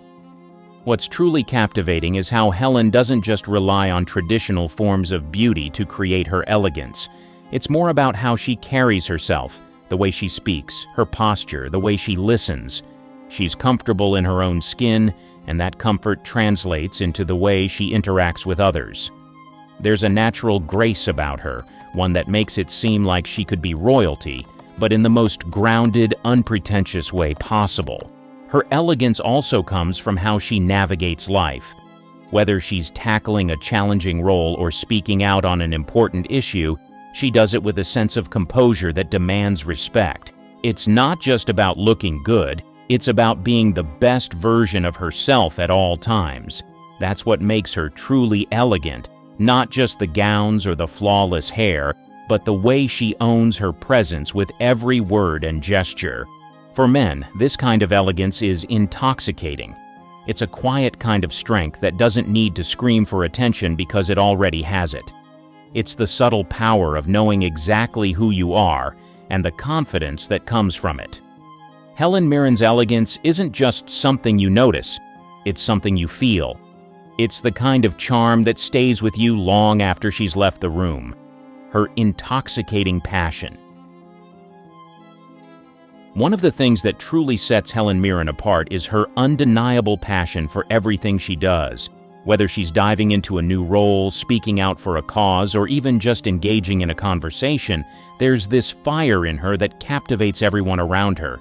She doesn't just show up, she gives it her all, pouring herself into whatever task is at hand. That passion is magnetic, and for men, it's one of the most attractive qualities a woman can have. Take her career, for example. Helen isn't someone who coasts through her roles. She fully immerses herself, giving each character depth, authenticity, and life. It's not just about the paycheck for her.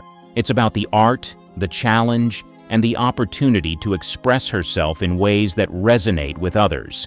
Whether it's playing a queen, a villain, or a complex, layered character, she approaches each role with an intensity that shows she's invested in her crafter and in every story she tells. Men find that kind of passion irresistible because it shows they can't just have her. They have to earn her attention, just like the characters she brings to life. This passion extends beyond her career. Helen's zest for life is clear in how she engages with the world. She speaks her mind, takes on causes she believes in, and does it all with a kind of urgency that speaks to how deeply she cares. She's never passive, never indifferent. She's constantly learning, growing, and evolving, and that's incredibly attractive to men. They admire women who have something they believe in and who are ready to fight for it. It shows ambition, drive, and a sense of purpose, qualities that are undeniably alluring. What makes Helen even more compelling is how this passion shines through in her personal life as well.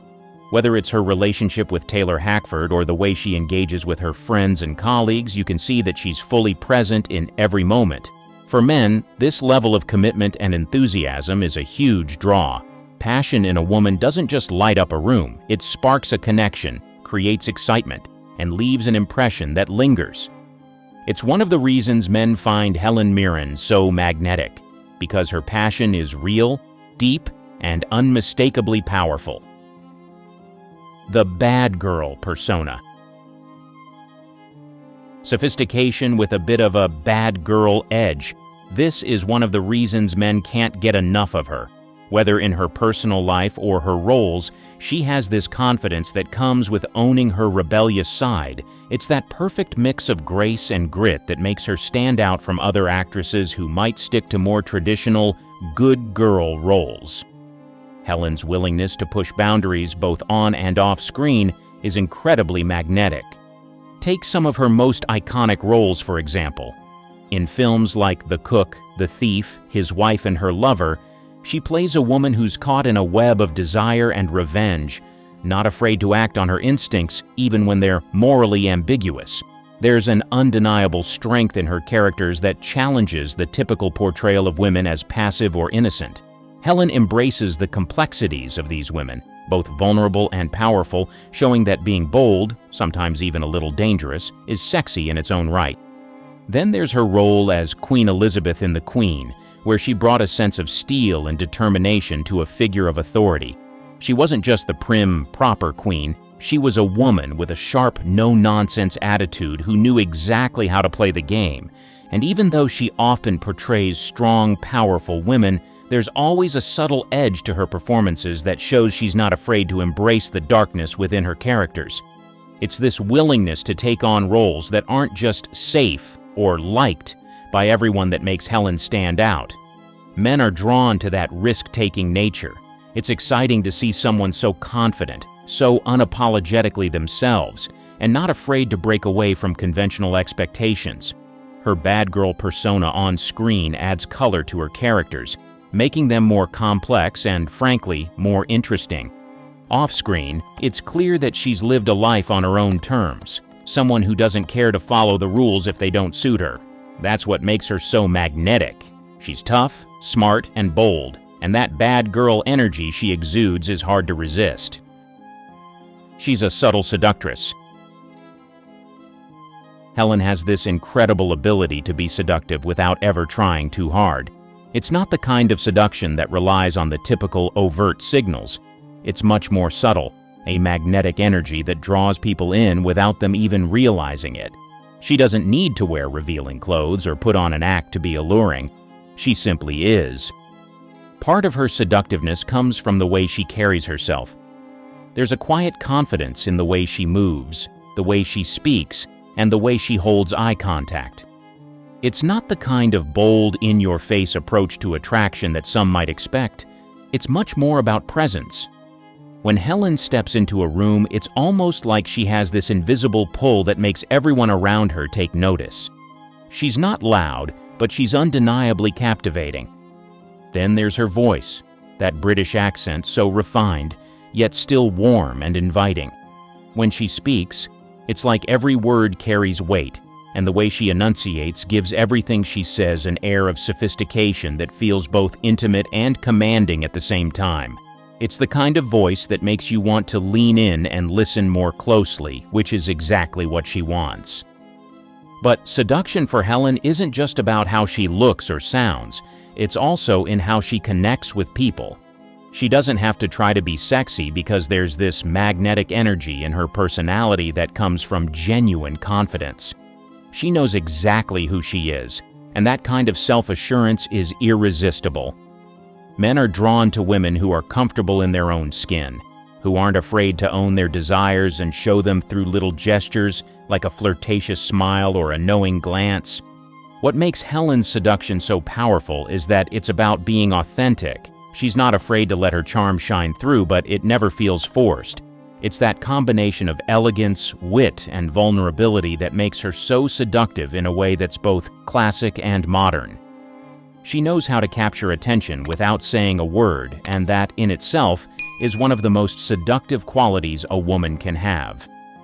When it comes to Hollywood sweethearts, so many ladies are on the list, but none of these actresses were quite like the amazing Carol Wayne. There was more to her than met the eye, and men from all over the world were drawn to her for reasons beyond her physical beauty.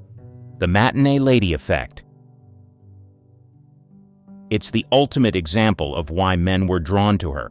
She wasn't just another pretty face. She had this magical blend of innocence and sensuality that was downright magnetic. She'd walk onto the Tonight Show set with that dazzling smile, playing this sweet but slightly ditzy character who seemed completely unaware of how jaw-droppingly gorgeous she was. That mix of naivety and bombshell energy? Men couldn't resist it. Her flirtation was never over the top. It wasn't aggressive or intimidating. It was playful. It was the kind of teasing that left men grinning, wondering if there was a wink hidden behind her big doe-like eyes. And then you'd have Johnny Carson, cool as ever, setting her up for these hilarious double entendres. The chemistry between them was electric. Johnny would toss out a sly line, and Carol, with perfect comedic timing, would deliver a somehow innocent and suggestive response. It was pure magic. But here's the thing. She owned that character. Men watching at home saw her as the ultimate fantasy, a woman who was stunning, funny, and approachable. She didn't come across as untouchable or overly polished like some other stars of her time. Instead, she felt like someone you'd dream about meeting at a party, the kind of woman who'd laugh at your jokes and make you feel like the most interesting guy in the room. And let's not forget how her presence amplified Johnny Carson's humor. She wasn't just there to stand and look pretty, she was a comedic partner. She'd roll with the jokes, often playing the oblivious foil to Carson's quick wit, and men ate it up because it made her seem even more endearing. She was the bombshell with a heart and a sense of humor, and that's a rare combination. Men didn't just want to look at her, they wanted to be around her. And she was a classic Hollywood beauty. When you think of the ultimate 1970s bombshell, she fits the picture perfectly. Her striking blonde hair was the kind of golden cascade that turned heads wherever she went, effortlessly glamorous without looking overdone. But her hourglass figure? It was pure old Hollywood, the kind of silhouette men dreamed about and women admired. And then there was her smile, radiant and warm, with just the right amount of playfulness to make you feel like she had a secret she might share, but only with you. What set Carol apart from many other beauties of her time was how she embodied the idealized look of the era while still feeling relatable. She didn't have the icy, untouchable vibe of someone like Grace Kelly or the overpowering appeal of Raquel Welch. Carol was glamorous, yes, but in a way that felt down to earth. Her beauty wasn't intimidating. It was approachable. She looked like the kind of woman you could take to a fancy dinner and still joke around with afterward. Compared to her contemporaries, she struck a balance that was rare. Marilyn Monroe before her was all about mystery and seduction, while 1970s stars like Farrah Fawcett leaned more toward fresh-faced, sporty allure. Carol, on the other hand, seemed to exist in this perfect middle ground, effortlessly sexy, but never over the top. She carried herself with an ease that made men feel like they might actually have a chance with her, even if she was light years out of their league. Her look was so iconic because it wasn't just about her features, it was about her presence. When she walked into a room or appeared on screen, she didn't just attract attention, she held it. That mix of timeless beauty and an inviting charm was exactly what made Carol Wayne stand out and why she remained such a memorable figure from that golden era of television. Her magnetic personality. Her warm and friendly personality made her truly unforgettable. People who worked with her often described her as kind, approachable, and genuinely down-to-earth qualities that set her apart in the often cutthroat world of Hollywood. Unlike some stars of her era, she didn't put on airs or treat people like they were beneath her. Instead, she had a way of making everyone feel at ease, whether they were a co-star, a crew member, or a fan. One story that keeps popping up is how she treated everyone on set with the same level of respect and kindness. From assistants to producers, people would recall her stopping to chat, flashing that famous smile and making them feel seen. She had this knack for breaking the ice in a way that felt natural, even in high-pressure environments. For someone who radiated star power, she was remarkably humble. Johnny Carson, for one, seemed to really appreciate her easygoing nature. While he was known to have a sharp wit and sometimes a prickly demeanor, Carol's warmth helped create that effortless chemistry they shared during their sketches. She had a way of rolling with his jokes and never taking herself too seriously, which audiences loved. That same ability to laugh at herself made her even more endearing. She wasn't just another pretty face, but someone who could laugh along with the audience and with herself. There's another layer to her personality that made her relatable. Despite her fame, Carol was known to struggle with self-doubt and insecurity. Instead of hiding it, she let glimpses of that vulnerability show, and people loved her all the more for it. It made her human, someone you could root for, not just admire from afar. At the end of the day, Carol Wayne wasn't just someone men wanted to be with, she was someone everyone wanted to be around. Her genuine kindness and ability to connect with people made her as unforgettable off-screen as she was on it. Her playful humor. While she's best remembered for her comedic turn as the matinee lady on The Tonight Show, Carol showed time and again that she was far more than a one-note actress. Her ability to step into different roles, from drama to light-hearted comedy, left a lasting impression on audiences, and men, in particular, couldn't get enough of it. In the early stages of her career, Carol appeared in a variety of TV shows and films that showcased her range. She wasn't confined to one genre. For instance, she had roles on TV series like I Dream of Jeannie and the Man from UNCLE, where she played everything from a glamorous guest star to a more dramatic, mysterious character. These appearances were proof that she could adapt to any role, never letting her beauty overshadow her acting chops. In films like The Happy Hooker Goes to Washington and The Big Bus, Carol also showed her talent for both comedic and slightly risque roles, playing characters with humor and charm, but also depth. Men admired how effortlessly she shifted between roles, whether she was delivering deadpan comedy or adding a bit of dramatic weight to a scene. It was this ability to adapt that made her even more captivating. She wasn't just playing a part. She was bringing something unique to each role, keeping audiences interested and engaged. What really stood out was Carol's ability to balance her glamorous blonde bombshell persona with a more subtle, nuanced performance. In one instance, she played a more serious role on The Rockford Files, where she wasn't just eye candy, but a complex character with a storyline that required genuine acting. Men who had originally admired her for her comedic timing and beauty were now impressed by her depth and range. It wasn't just about looking good, she was showing them that she could handle more than just the dumb blonde stereotype.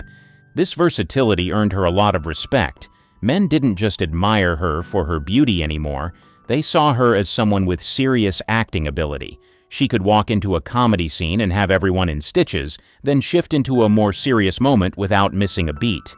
That's what made her stand out in Hollywood, especially when so many actresses were pigeonholed into one type of role. Carol never allowed herself to be typecast, and men admired her for that. She was more than just the girl next door or the bombshell. She was an actress who could hold her own no matter the role.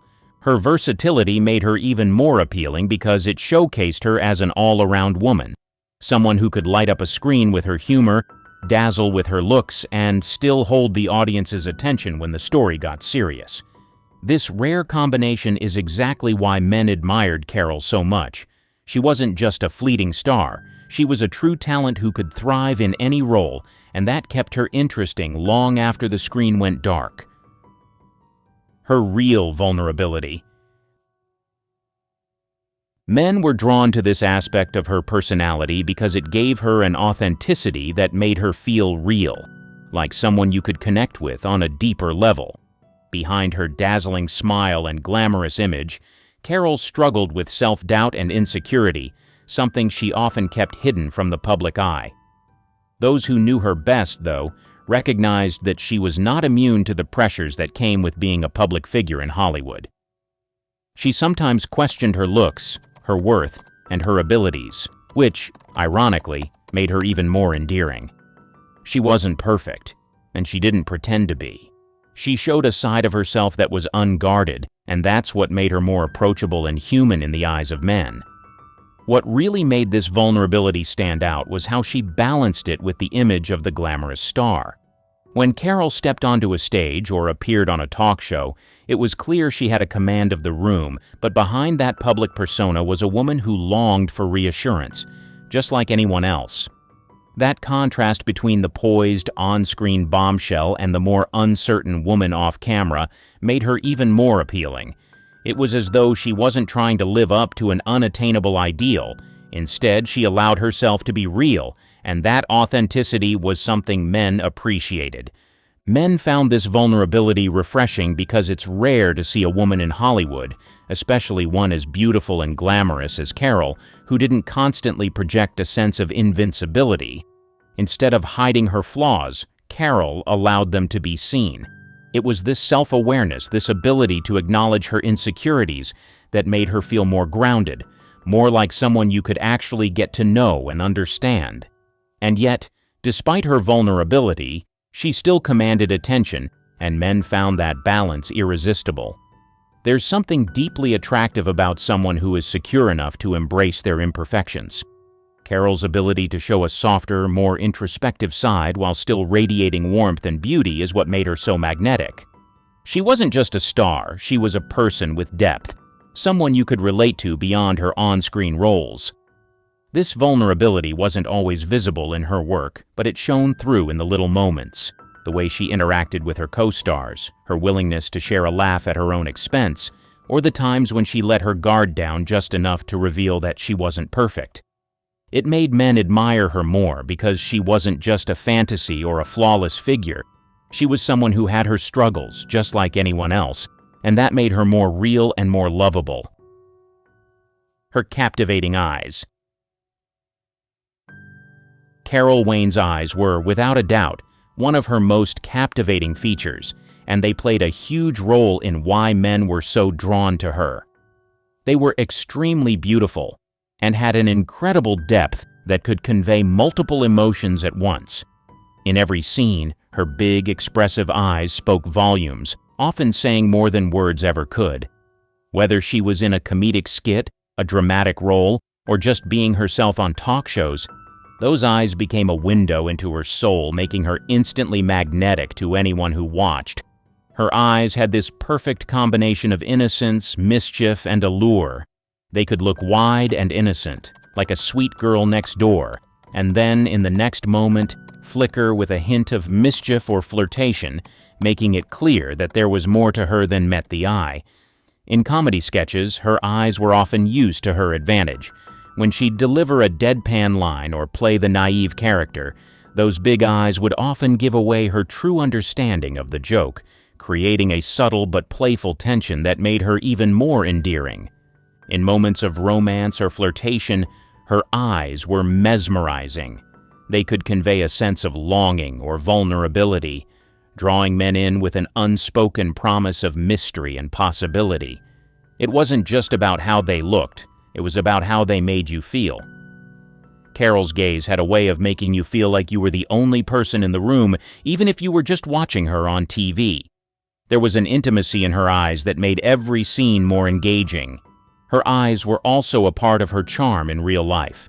When you hear people talk about Carol Wayne off-screen, many mention how her eyes would light up when she smiled or how they could convey warmth and kindness in an instant. Men admired how those eyes seemed to reflect her personality, genuine, approachable, but also undeniably captivating. What made Carol's eyes stand out even more was how they contrasted with the glamour and the polish of Hollywood at the time. While many actresses were made up to perfection, Carol's eyes told a different story. They were natural, full of life, and full of expression. They gave her an authenticity that set her apart from the typical Hollywood look. It wasn't just her beauty that men were drawn to. It was the way her eyes told stories, whether it was through the innocence of her gaze, the hint of mischief behind it, or the allure that made her impossible to look away from. Signature presence. There was something about the way she carried herself that commanded attention without needing to be the loudest or the most in-your-face person in the room. Whether she was on The Tonight Show next to Johnny Carson or in any scene, Carol had this quiet but powerful magnetism that made her stand out instantly. It was a rare quality, one that didn't rely on constant chatter or over-the-top gestures. Instead, it was all about the subtlety of her demeanor. First, there was the way Carol used her expressions. Her face could convey so much with just a slight arch of her eyebrow or the faintest smile. She didn't need to overact or exaggerate. With one look, she could go from playful to serious, from innocent to mischievous, and it always felt completely natural. Men were drawn to that. It wasn't the loud, dramatic gestures they were used to from Hollywood starlets. Carol's ability to draw attention through just a flicker of expression was fascinating. Then there was her posture. Carol always stood tall with grace, yet there was something incredibly relaxed about the way she held herself. She didn't seem stiff or forced. There was a confidence in the way she stood that came off as effortless. When she was in a scene, whether she was delivering a joke or just sharing a moment with Johnny Carson, she always seemed comfortable in her own skin. Her confidence didn't scream for attention, it simply was. Men admired that kind of natural, unshakable presence. She didn't have to prove anything. She simply existed, and that drew people in. Even when she was standing next to someone like Johnny Carson with his larger-than-life personality, Carol's presence was undeniable. She didn't need to be the center of attention to steal the scene. Just her standing there with her charm and grace made her magnetic. When she flashed a smile or tilted her head slightly, it was as if the whole room focused on her. She had this ability to make even the most mundane moments feel electric, simply because she was in the room. Men were drawn to this signature presence because it was different from what they saw in most Hollywood actresses of the time. While many were loud, flashy, or trying hard to be noticed, Carol had an ease about her that made you want to pay attention. It was as if she knew exactly how much to give, never too little but never overdone. She could be quiet yet commanding, subtle but striking, and that was part of what made her so unforgettable. Whether she was cracking a joke with Johnny or simply sitting in the background, Carol Wayne had a way of making every moment feel special just because she was there. Her quiet confidence. She didn't need to constantly remind everyone of her beauty or talent. She simply was beautiful and talented, and she carried herself with a quiet assurance that made her even more attractive.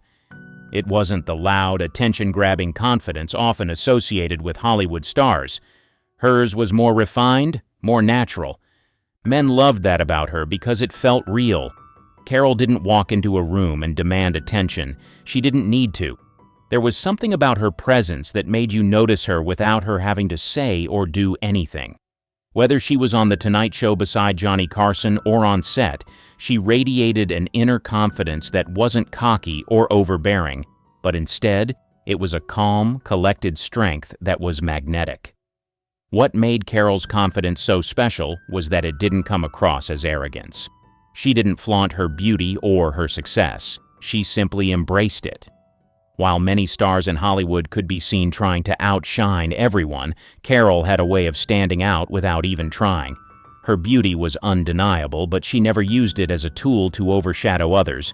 There was an ease in the way she moved through the world, whether she was making a joke, sharing a moment with a co-star, or just sitting in the background. Men admired that effortless self-assurance because it felt grounded and authentic. It made her approachable rather than intimidating. Her confidence also made her incredibly charismatic. When she spoke, you listened, not because she demanded attention, but because there was something magnetic in her demeanor. She knew who she was and didn't feel the need to prove herself to anyone. It was a trait that made her even more appealing to men because it signaled that she wasn't just a pretty face. She had substance and an inner strength that didn't need to be broadcasted. It was the kind of confidence that made Carol feel like someone you could actually connect with, someone who was both strong and relatable at the same time.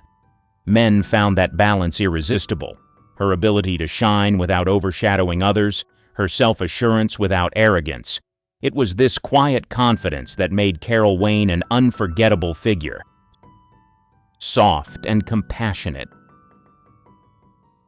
By every stretch of the imagination, she was someone who genuinely cared about others, and it showed in everything she did. Those who worked with her consistently spoke about how kind, thoughtful, and generous she was, both on and off the screen. This warmth made her someone you wanted to be around, someone you could talk to easily without the usual walls that come with fame. One of the things that stood out most about Carol was her ability to make people feel comfortable. Whether it was a fellow actor, a crew member, or even someone she met briefly, she had this way of making them feel seen and heard. She wasn't just nodding along to a conversation, she was fully present. That kind of attention to detail, the ability to make people feel important in an often fast-paced, impersonal industry, was something rare. Men especially were drawn to that. In a world full of superficial interactions, Carol's ability to be genuinely kind and compassionate was incredibly appealing. It was a reminder that beauty and fame don't need to overshadow who you are as a person. Carol's compassion wasn't just about being friendly, it was about her generosity of spirit. There are several stories of how she would go out of her way to help others, whether it was offering support to a colleague who was going through a tough time or just being a sounding board for someone in need. She didn't expect anything in return. She just had a natural instinct to care for the people around her. Men loved that quality because it showed depth. It was easy to admire someone for their looks, but it was the kindness behind those looks that made her unforgettable. She also had a softness in her approach to humor. While many actresses could be sharp or harsh in their delivery, Carol had a gentler way of getting laughs. Her comedic timing was flawless, but there was always an underlying sweetness in her performances. She didn't need to be biting or sarcastic to be funny. Her humor came from a place of warmth. That made her more relatable and human, which men found incredibly attractive. From extramarital affairs to pure undiluted lust on set, some of the stars of Hollywood's golden age just couldn't help their attraction. But following your passions has its own consequences, and for these stars, a love child they were not expecting was the result of their trysts. The response to having love children differed between these talented stars. As a matter of fact, some kept it so much a secret that you'd be shocked when you find out the truth. Michael Lindsay Hogg. It is possible to hide an affair from the world, but the one thing that cannot be hidden is the striking resemblance between a child and his parents. Perhaps this was the reason why, no matter how much his mother denied it, Michael Lindsay Hogg believed that his father was not the man he grew up with. He had a gut feeling that his father was an actor he had seen a couple of times. If you have ever come across the mind-blowing artistic works of Michael Lindsay Hogg, you'll know that he is an embodiment of rare talent. Whether he is behind the scenes of films, theater, or music videos, he is the kind of director who stands out. But what if I told you that he probably got his creative abilities from his mother, Geraldine Fitzgerald, who was a talented old Hollywood actress? But that's not all. The man he suspected to be his father was none other than the legendary actor and director, Orson Welles. So, this leaves us with the question, why did Michael grow up believing that he was fathered by the famous actor? Well, let's go back to how it all started.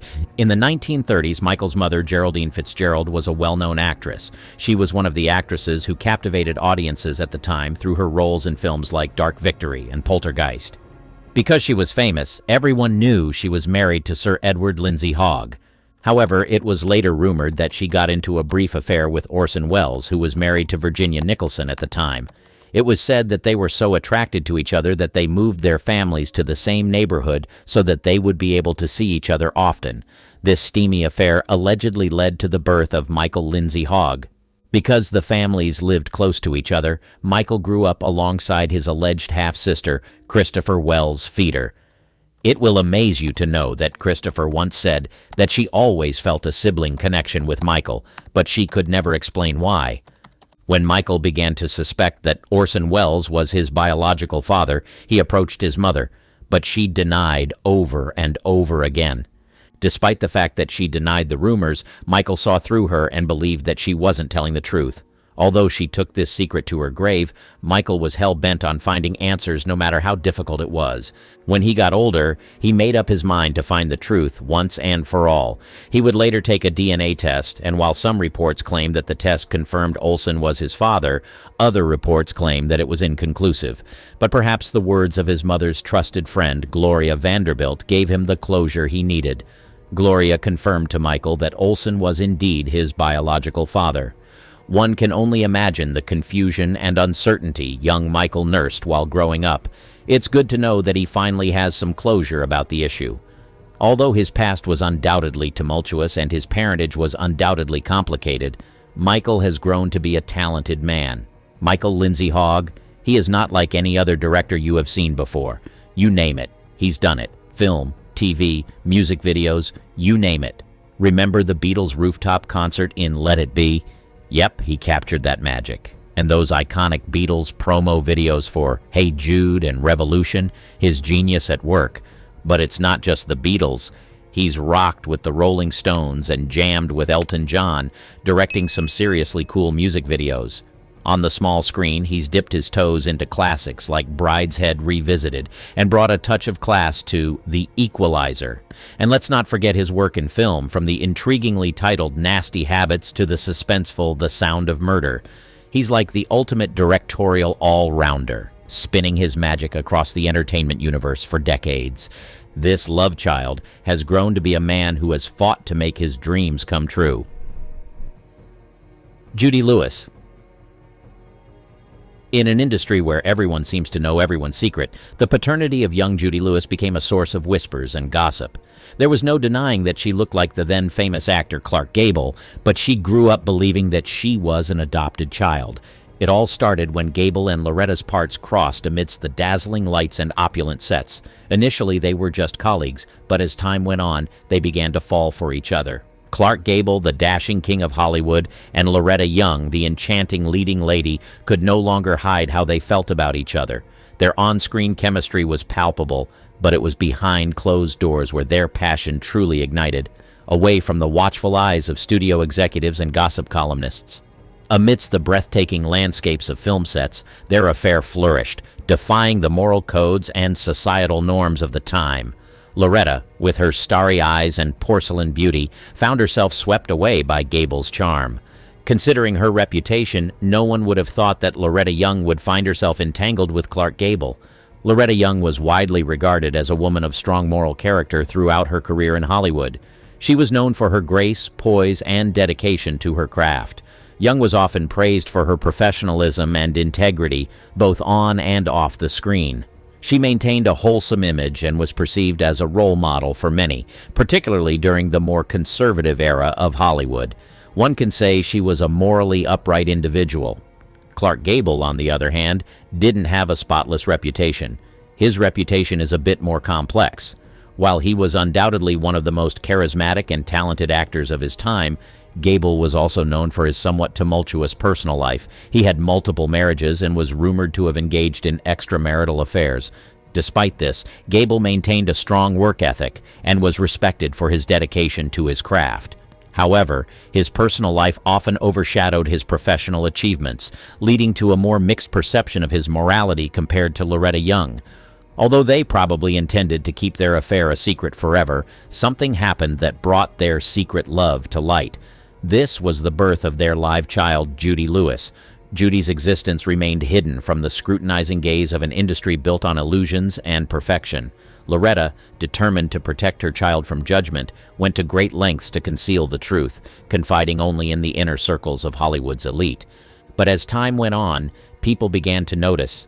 They could hide their affair, but the one thing they couldn't hide was the resemblance between Judy and her father, Clark Gable. But in order to keep their secret hidden, Loretta Young told her child that she was adopted. It was when Judy was 15 years old that she met her father for the first time. He came over to Loretta Young's house, but there was no discussion about whether or not Gable was her father. Judy grew up believing that she was indeed adopted and tried to ignore the rumors about her paternity. Yet, as fate would have it, secrets have a way of surfacing.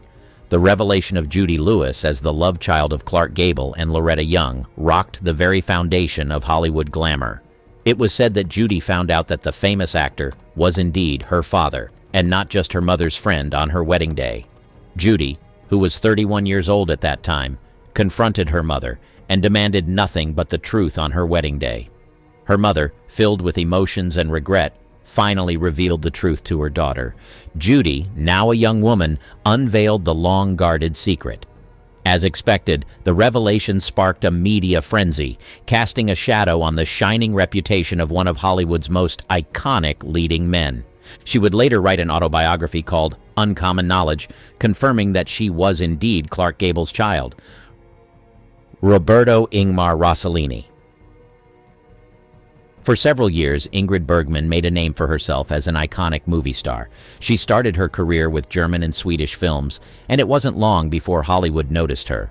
But just when she transitioned into Hollywood and started making waves, she fell in love with a director and began a secret love affair.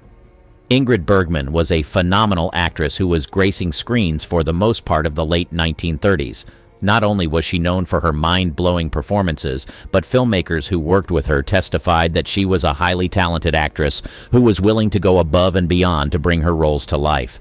Her career skyrocketed in the year 1936 when she played a lead role in the film Intermezzo. She would later appear in Intermezzo, a Love Story, which was her first acting role in the U.S. However, her life took an unexpected turn when she met a director called Roberto Rossellini in the mid-1940s.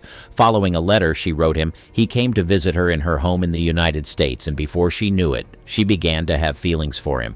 Interestingly, Ingrid was married to her first husband, Peter Lindstrom, at the time, and they had a daughter together. So, exploring the spark between her and the director would automatically be a taboo. What made it even worse was the fact that they were both married and had feelings for each other at a time when morals and family values were a big deal. It wasn't long before the pair decided to damn the consequences and fully explore the feelings they had for each other. Initially, they were able to hide their affair, but after a while, people began to notice. What made the whole thing even more shocking was that Ingrid had the reputation of a saint. She was one of the few actresses who didn't do cosmetic enhancements and was always praised for her naturalness. She only posed for decent pictures and made sure she didn't soil her reputation. When the news of her affair began circulating in the tabloids, people were beyond shocked. She was condemned by religious bodies, political bodies, and even people once called fans. She was no longer given roles because filmmakers were afraid that her presence in a film would lead to a ban. She was called an adulterous woman, and all kinds of mean things were said about her. But despite all the condemnation, Ingrid and Rossellini's affair only waxed stronger. The director would later divorce his wife for Ingrid, but Ingrid's attempts to leave her husband led to a messy legal battle. Her husband didn't let her go without putting up a fight. Soon enough, she got pregnant and gave birth to their first child in a hospital in Rome on the 2nd of February 1950. They were still unmarried at the time. Back in the day, it was like an abomination for a child to be born out of wedlock, so studios and movie stars did their best to hide love children, but Ingrid and Rossellini decided not to hide any longer. Sadly, this child, who was supposed to mark the beginning of a new chapter in their lives, actually led to an international uproar. It was said that U.S. Senator Edwin C. denounced the actress on the floor of the Senate and called her a disgrace to American womanhood. As if this was not enough, her home country also condemned her actions, highlighting that she disgraced her country. Just like that, this actress, who was once loved and admired, became hated all over the world. Despite all these, Ingrid loved her child, and shortly after, she got married to Roberto Rossellini. Their first son, who is now in his 70s, was said to have worked as an Italian real estate investor and a stockbroker when he was younger. Jack Nicholson. It is nearly impossible to be a fan of Hollywood movies and not come across at least one Jack Nicholson film. This is a cinematic legend whose contributions to film have left an indelible impact on audiences worldwide. There is no denying performances, memorable characters, and unparalleled talent have solidified his place in cinematic history. But what a lot of people may not know is that Jack Nicholson is also a love child. He grew up believing that his mother June was his sister, and that his grandmother Ethel May was his biological mother because of a difficult decision that his mother had to make when he was a baby. But how did this happen? What made Jack Nicholson believe that his mother was his sister? It all began in April 1937 when Jack Nicholson came into this world, but his beginnings were far from ordinary. His father, Donald Fursillo, was already married when he fell in love with a young girl and got her pregnant. Clearly, being involved with a girl who was way younger than him was forbidden, and making it public was only going to get him into trouble. But Donald Fursillo couldn't hide his feelings for this girl, and he wanted to step up and do the right thing, so he decided that he was going to marry her. He set the plan in motion and tied the knot with 17-year-old showgirl June "Dink" Nicholson. But it was only when she said, "I do," that she found out that this Italian-American showman, Donald Fursillo, was keeping a big secret. Immediately, their fresh union was entangled by controversy, taboos, secrets, and lies, because not only was June underage, but Donald already had a wife. Despite this, Don really wanted to take responsibility for his child, and he didn't want June to raise Jack alone. Although Donald's intentions seemed pure, June didn't buy the idea. As soon as she found out that he was already married, she started looking for other ways to ensure that her child was well taken care of. As a young girl who was trying to make ends meet, she knew for a fact that she wouldn't be able to cater to the needs of her child, so she decided to make a difficult decision, which was sending Jack to live with her own parents instead.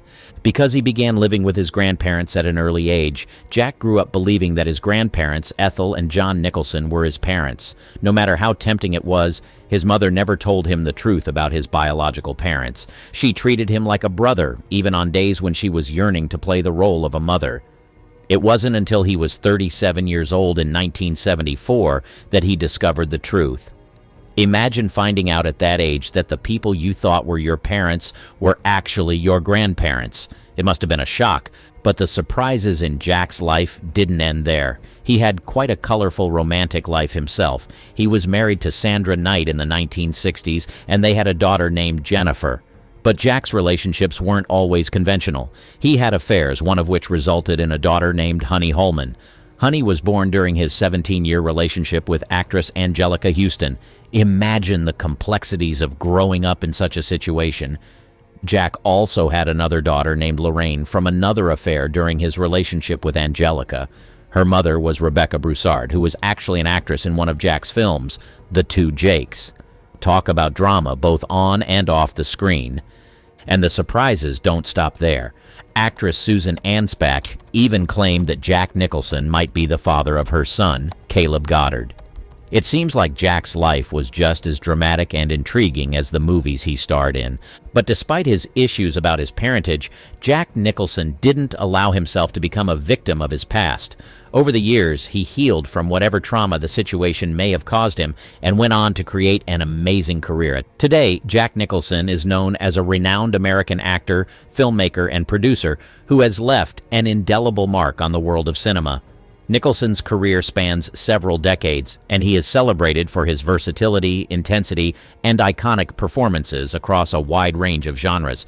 He is perhaps best known for his captivating portrayals of complex and morally ambiguous characters. One of his most iconic roles came in the 1975 film One Flew Over the Cuckoo's Nest, where he played the rebellious and charismatic Randall McMurphy, a patient in a mental institution. This performance earned Nicholson his first Academy Award for Best Actor, solidifying his status as one of the greatest actors of his generation. But he didn't stop there. He kept on pouring into his craft and creating in a mind-blowing way. Another landmark role for Nicholson was in Stanley Kubrick's 1980 horror classic The Shining, where he delivered a chilling and unforgettable performance as Jack Torrance, a writer driven to madness while serving as the winter caretaker of the haunted Overlook Hotel. Throughout his illustrious career, Nicholson has showcased his remarkable range in films such as Chinatown, Terms of Endearment, Batman, As Good as It Gets, and About Schmidt, among many others. Isn't it amazing that Jack Nicholson became everything he ever dreamed of becoming and never allowed his past to dictate his future? From his unconventional parentage to his colorful romantic life, Jack's story is one that keeps people captivated. Who would have thought that behind that iconic smile lay such a fascinating tale? Allegra Houston. If you asked young Allegra Houston who her dad was, she would tell you that he was none other than the famous director, John Huston. Why? Because for as long as she could remember, he was the man she called Dad. But as she grew older, she became uncertain and began to wonder if Huston was really her father. Born on the 26th of August, 1964, Allegra was the product of an affair her mother Enrica had with John Julius Norwich, the Viscount of Norwich. However, Allegra grew up believing that she was the daughter of the famous film director John Huston. Growing up, Allegra had no doubt that John Huston was her biological father. She was raised in a world where she thought she was part of his family, with siblings who shared the same name. But her life took a surprising turn when she discovered the truth about her parentage. It wasn't until later in life that Allegra learned about her true biological father and the circumstances surrounding her birth. Her mother, Enrica, was married to John Huston for several years, but in the early 1960s, they had a major marital problem, and they became estranged. It was during this period that Enrica began an affair with John Norwich. Their affair would later lead to her getting pregnant and giving birth to Allegra. Tragically, her mother, Enrica, passed away in a car accident in 1969, and Allegra was only 4 years old at the time. Despite the loss, John Huston stepped in and raised Allegra as his own daughter, showing immense love and devotion. A lot of people were shocked that he raised someone else's child like his old child.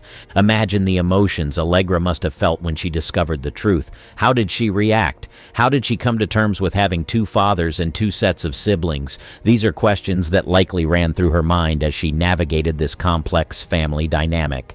Allegra eventually found solace in writing her autobiography, Love Child, a memoir of family lost and found. In this memoir, she didn't hold back as she delved into her unique upbringing, exploring the complexities of her identity as both American and English, and the challenges she faced growing up with this secret.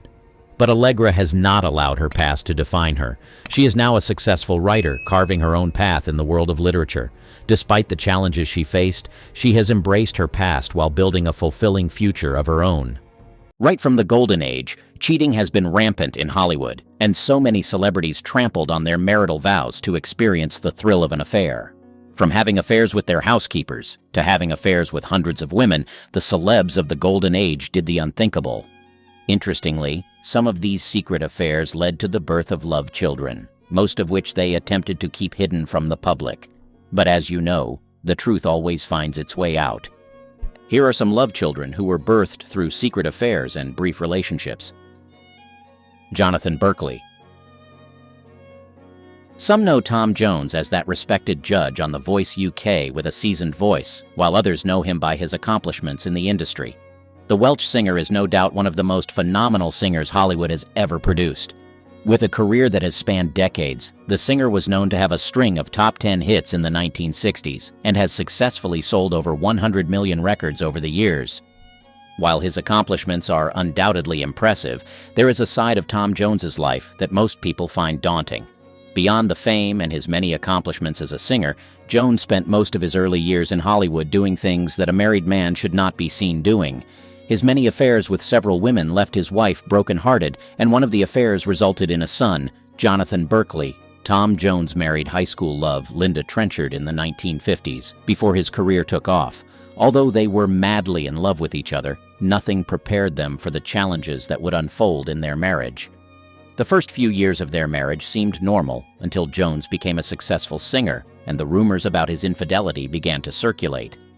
Interestingly, Tom Jones didn't deny the rumors, as he claimed to have had affairs with over 250 women in a single year when his career was at its peak.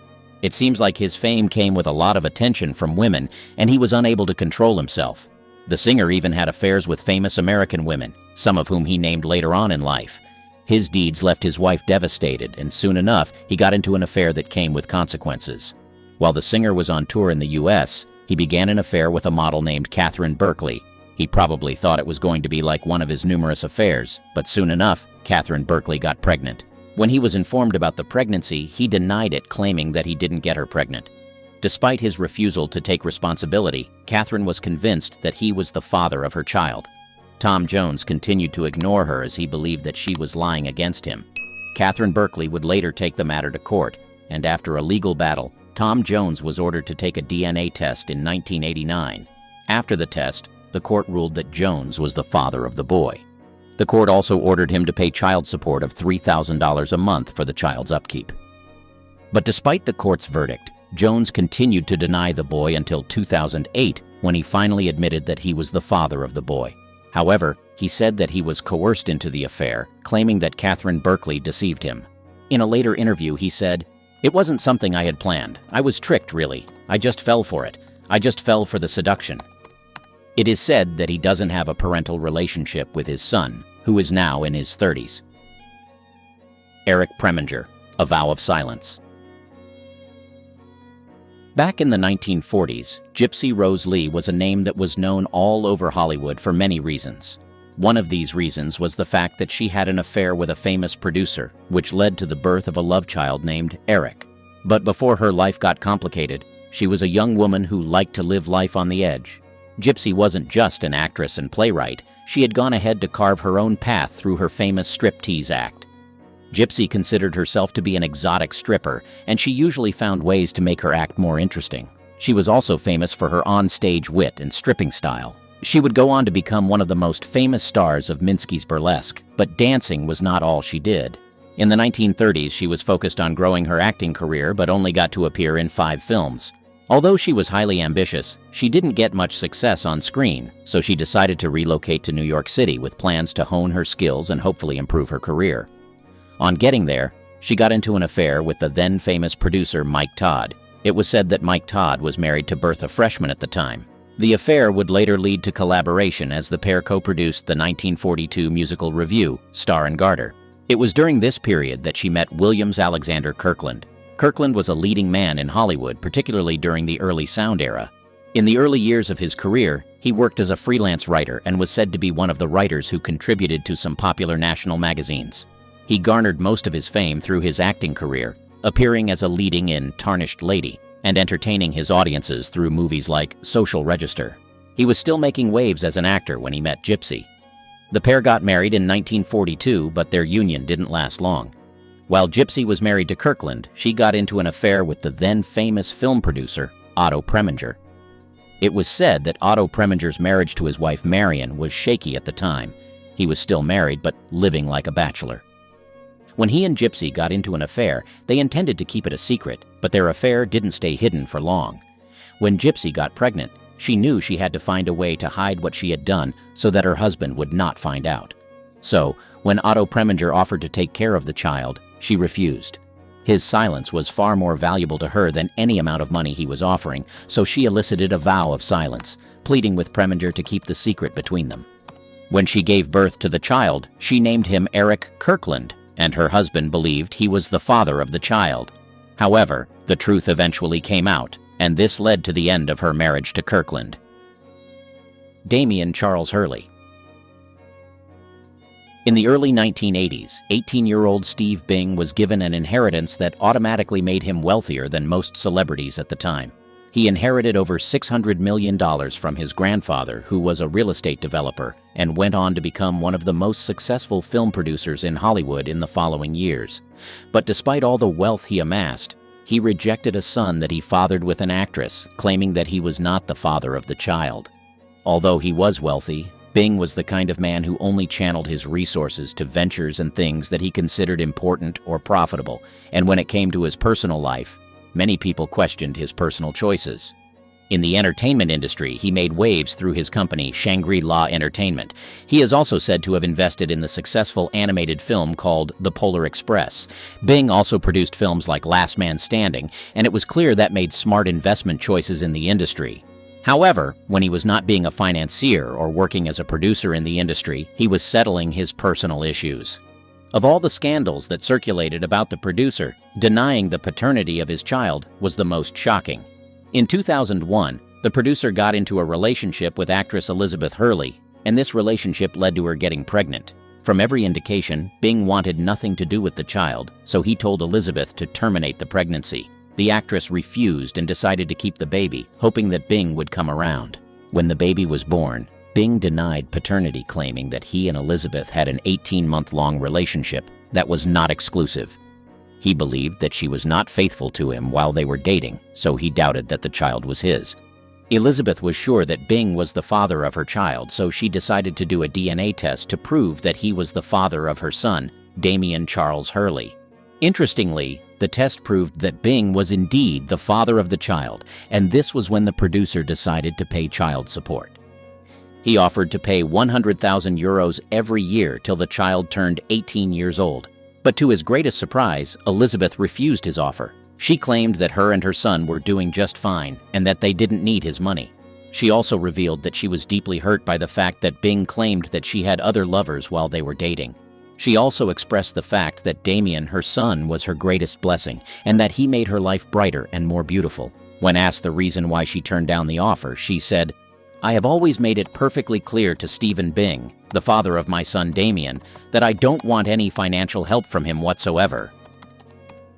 Ruth Clapton, a blessing in disguise. It all started when Eric Clapton fell madly in love with his best friend's wife. This forbidden love would lead to several events that nobody saw coming. Known as one of the most phenomenal guitarists in rock music, Eric Clapton played in some local bands before forming his own rock and roll band with drummer Ginger Baker. He later released several successful albums and songs in the 1970s, and while all these were happening, he found himself falling for his best friend's wife. Eric Clapton and George Harrison got close in the 60s, and their bond grew every day. The duo spent a lot of time together, writing and recording music. Little did George know that a betrayal was lurking in the background. As time went on, Eric fell deeply in love with his best friend's wife, Pattie Boyd. Interestingly, it was said that he didn't hide how he felt, and he made it clear that he wanted her to himself. In the mid-1970s, it was said that Pattie Boyd divorced her husband and married Eric Clapton. Although this seemed like a dream come true for Eric Clapton, he soon began to do things that didn't reflect how much he claimed to love Pattie Boyd. In the course of their marriage, Clapton's alcohol addiction got the best of him, and he became a shadow of himself. As a result of this, he treated Patty badly and was said to have been involved in multiple affairs. Sadly, while he was doing all this, he and Patty were struggling to have children. Despite trying IVF, all their efforts were unsuccessful, and Patty had several miscarriages. In the early 1980s, Clapton would begin yet another affair, but this time, it led to a pregnancy. The affair began when he was recording Behind the Sun. He met and began a relationship with a lady named Yvonne Kelly, who was the manager of a studio at the time. Shortly after, she got pregnant and had their daughter, Ruth Clapton, in 1985. Because they were both married at the time, they had to keep it a secret from their respective spouses. Patty Boyd later found out and she was utterly devastated, but despite the damage this did to their union, Clapton didn't stop. He went on to have yet another affair with an Italian model named Lori Del Santo. This affair also led to the birth of yet another love child named Connor. Patty Boyd would later reveal how she felt when she found out about the affair and the child. She claimed that Clapton expected a different reaction from her. In her words, "Because he loved me, he believed I would be pleased and happy for him that he had a baby. It was as if I was his best friend that he could tell me everything without realizing how deeply painful this was for me." The couple later went their separate ways, and Clapton is said to have maintained a good relationship with his children. Sadly, Connor passed away when he was only 4 years old. Abby Jason, a 52-year-old secret. Many people know Sir David Jason for his portrayal of the unforgettable Derek Del Boy Trotter in the British sitcom Only Fools and Horses, but very few people know about his personal life and the fact that he recently discovered that he fathered a child from a previous relationship. The actor's career has been undoubtedly phenomenal, and he has made a mark in Hollywood through his roles in several films and series. However, Sir David's journey to fame and recognition was not without its surprises, particularly in matters of family. Amidst his illustrious career, which began to take shape in the 1970s, Sir David found himself entwined in a brief but significant relationship with actress Jennifer Hill. Little did he know that this brief relationship would lead to the birth of his child. During this time, as Sir David was still forging his path in the entertainment industry, his personal life intersected with unexpected twists and turns. One such twist came in the form of a love child, Abby Harris, born in 1970 as a result of his relationship with Jennifer Hill. It was said that the actress, Jennifer Hill, didn't tell Sir David that he was the father of the child. He moved on with his life and got into several other relationships. For over 5 decades, the existence of Abby remained a hidden chapter in Sir David's life, unknown to him and his family. It wasn't until the year 2022, a staggering 52 years later, that the truth finally came to light. The revelation of Abby's existence came as a profound shock to Sir David, a moment he described as an understatement to capture the sheer magnitude of the surprise. However, in this unexpected revelation, Sir David and his family responded with grace and warmth. Embracing Abby and her son Charlie, they welcomed them into their lives with open arms, bridging the length of years that had separated them. The joy of newfound connection outweighed any sense of disbelief or astonishment as Sir David expressed his heartfelt sentiments to the Mirror. Before this revelation, Sir David had already experienced the joys of fatherhood in 2001, when his girlfriend Gil Hinchcliffe gave birth to their daughter. Their relationship blossomed further, culminating in marriage in 2005, and they settled in Ellsborough, Buckinghamshire, building a life together. Wyatt Russell, love without bounds. If there is one Hollywood actor who has always been unapologetic about his views and beliefs, it's Kurt Russell. This is why he saw nothing wrong with having a child with his then-girlfriend, Goldie Hawn. Back then, society frowned upon having children out of wedlock, and the fact that Kurt and his girlfriend were both in the limelight at the time got people talking about their private life. Their love story began after Kurt's divorce from Susan Hubley in 1983. Kurt, having starred alongside Goldie in movies like Swing Shift and Overboard, found a deep connection with the actress that went beyond professional chemistry. Their relationship blossomed over the years, despite never walking down the aisle. Kurt and Goldie's relationship was rock solid. In the mid-1980s, their lives changed when Goldie found out that she was pregnant. This new addition changed their lives forever, and their son, Wyatt Russell, was born on July 10, 1986. Despite being born out of wedlock, Wyatt was welcomed into a loving family that transcended traditional norms. Kurt and Goldie's decision not to marry was a conscious one. In a candid interview with People magazine in December 2020, Kurt expressed that they never felt the need for a marriage certificate to validate their relationship. He eloquently stated that a piece of paper wouldn't create anything they didn't already have. As someone who was married before, he believed that he didn't need to get a piece of paper to solidify what he had with Han. He believed that what they shared was strong and worth fighting for. Their unconventional yet enduring love story has stood the test of time, as they both worked on growing their careers. Their commitment to each other and their family goes beyond societal expectations, proving that love knows no bounds, not even the bounds of marriage. Interestingly, their son Kurt is following their footsteps and building his career as an actor. Wyatt Russell, born into a family that defied conventional norms, has charted his own unique path in Hollywood, paralleling the non-traditional approach his parents took. From his early days, Wyatt was immersed in an environment that valued personal choice and creative freedom over societal expectations. Initially pursuing a career in hockey, Wyatt played professionally in Europe and North America until injuries led him to retire from the sport. This shift in career paths opened a new door for Wyatt into the acting world, a domain both his parents had excelled in. As an actor, Wyatt Russell has brought a distinct presence to the screen, characterized by an authenticity and charisma that seemed to echo his upbringing. His transition from sports to acting wasn't just a change in profession, but a continuation of the storytelling legacy of his family. Wyatt's roles, such as his portrayal of John Walker in The Falcon and the Winter Soldier, showcase his ability to navigate complex characters, often imbuing them with a nuanced vulnerability. His performance in this series was particularly lauded for adding depth to a controversial character, reflecting Wyatt's skill in embracing and interpreting challenging roles. This ability to connect with diverse roles speaks to his upbringing in a family that embraced differences and encouraged expression beyond traditional frameworks. Dina Norris, her father's love. Chuck Norris, the well-known actor and screenwriter, grew his career to a point where he became well-respected. However, along the line, he cheated on his wife and fathered a daughter, but he didn't know about his love child until she wrote him a letter in 1991. But before we get into the full story about the affair, let's go back to the very beginning. When Chuck Connors was in high school, he fell in love with his schoolmate, Diane. The pair would later get married when Chuck was 18 years old. Chuck spent the following years building his career until he and his wife welcomed their first son, Mike, in 1962. It seemed like their marriage was thriving, but Chuck's wife had no idea that her husband would cheat on her the following year. Around that time, the actor worked as a martial artist, training several celebrities in Hollywood. He also went on to appear in several films like An Eye for an Eye and Missing in Action.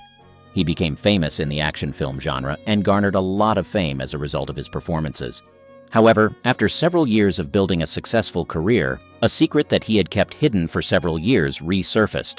In the early 1960s, while stationed in California with the U.S. Air Force, he got into an affair with a woman named Johanna. It was later revealed that he never told the woman he was married, and by the time she found out, it was too late. Their affair later came to an end, but Chuck had no idea that this chapter of his life was far from being closed. Johanna got pregnant for him and had the baby, but she didn't tell him about the child until he found out years later. In the early 1990s, Chuck was going about his life when he got a shocking letter from a young woman claiming to be his daughter. Despite her mother's persistent warning not to reach out to Chuck, she desperately wanted to have a relationship with her father, so she decided to reach out.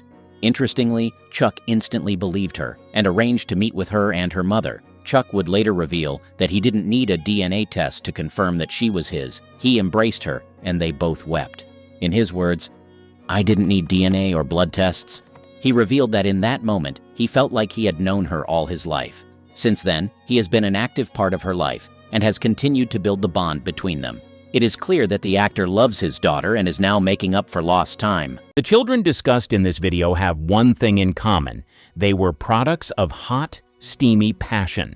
However, while some of them were open secrets, others had to grow up in a world where they were shielded and kept away. They served as a constant reminder of their parents' indiscretion, and as such, some are speculative, others are born from pure facts.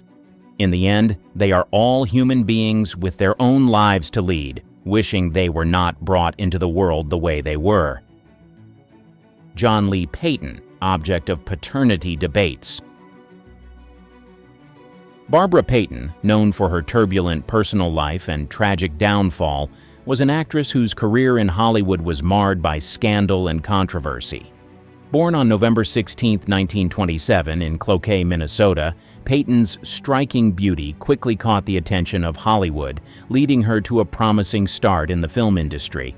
However, it was her off-screen life that often overshadowed her on-screen talent. Peyton's most infamous relationship was with actor Tom Neal, a romance that was as intense as it was destructive. Their relationship began in the early 1950s, at a time when both were struggling to maintain their careers in Hollywood. Neal, known for his tough guy roles, and Peyton quickly became a hot topic in the tabloids, thanks to their volatile and often violent encounters. The couple's relationship reached a peak of notoriety in 1951 when Peyton became involved in a love triangle with Neal and another actor, Franchot Tone. This affair culminated in a brutal fight between Neal and Tone, which left Tone hospitalized with severe injuries, including a broken nose and a concussion. The scandalous incident was widely publicized, further tarnishing Peyton's reputation and making her a tabloid sensation. Amidst this chaos, Peyton gave birth to a son, John Lee Peyton, in 1947. However, the paternity of her child has been a subject of speculation, with some rumors suggesting that Tom Neal might not have been the father.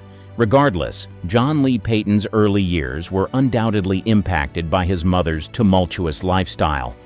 The scandals surrounding her relationship with Neal and the public's fascination with her personal life ultimately derailed Peyton's career.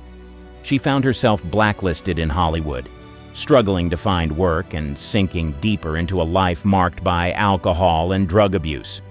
Her attempts to revive her career through appearances in low-budget films and theater productions were largely unsuccessful.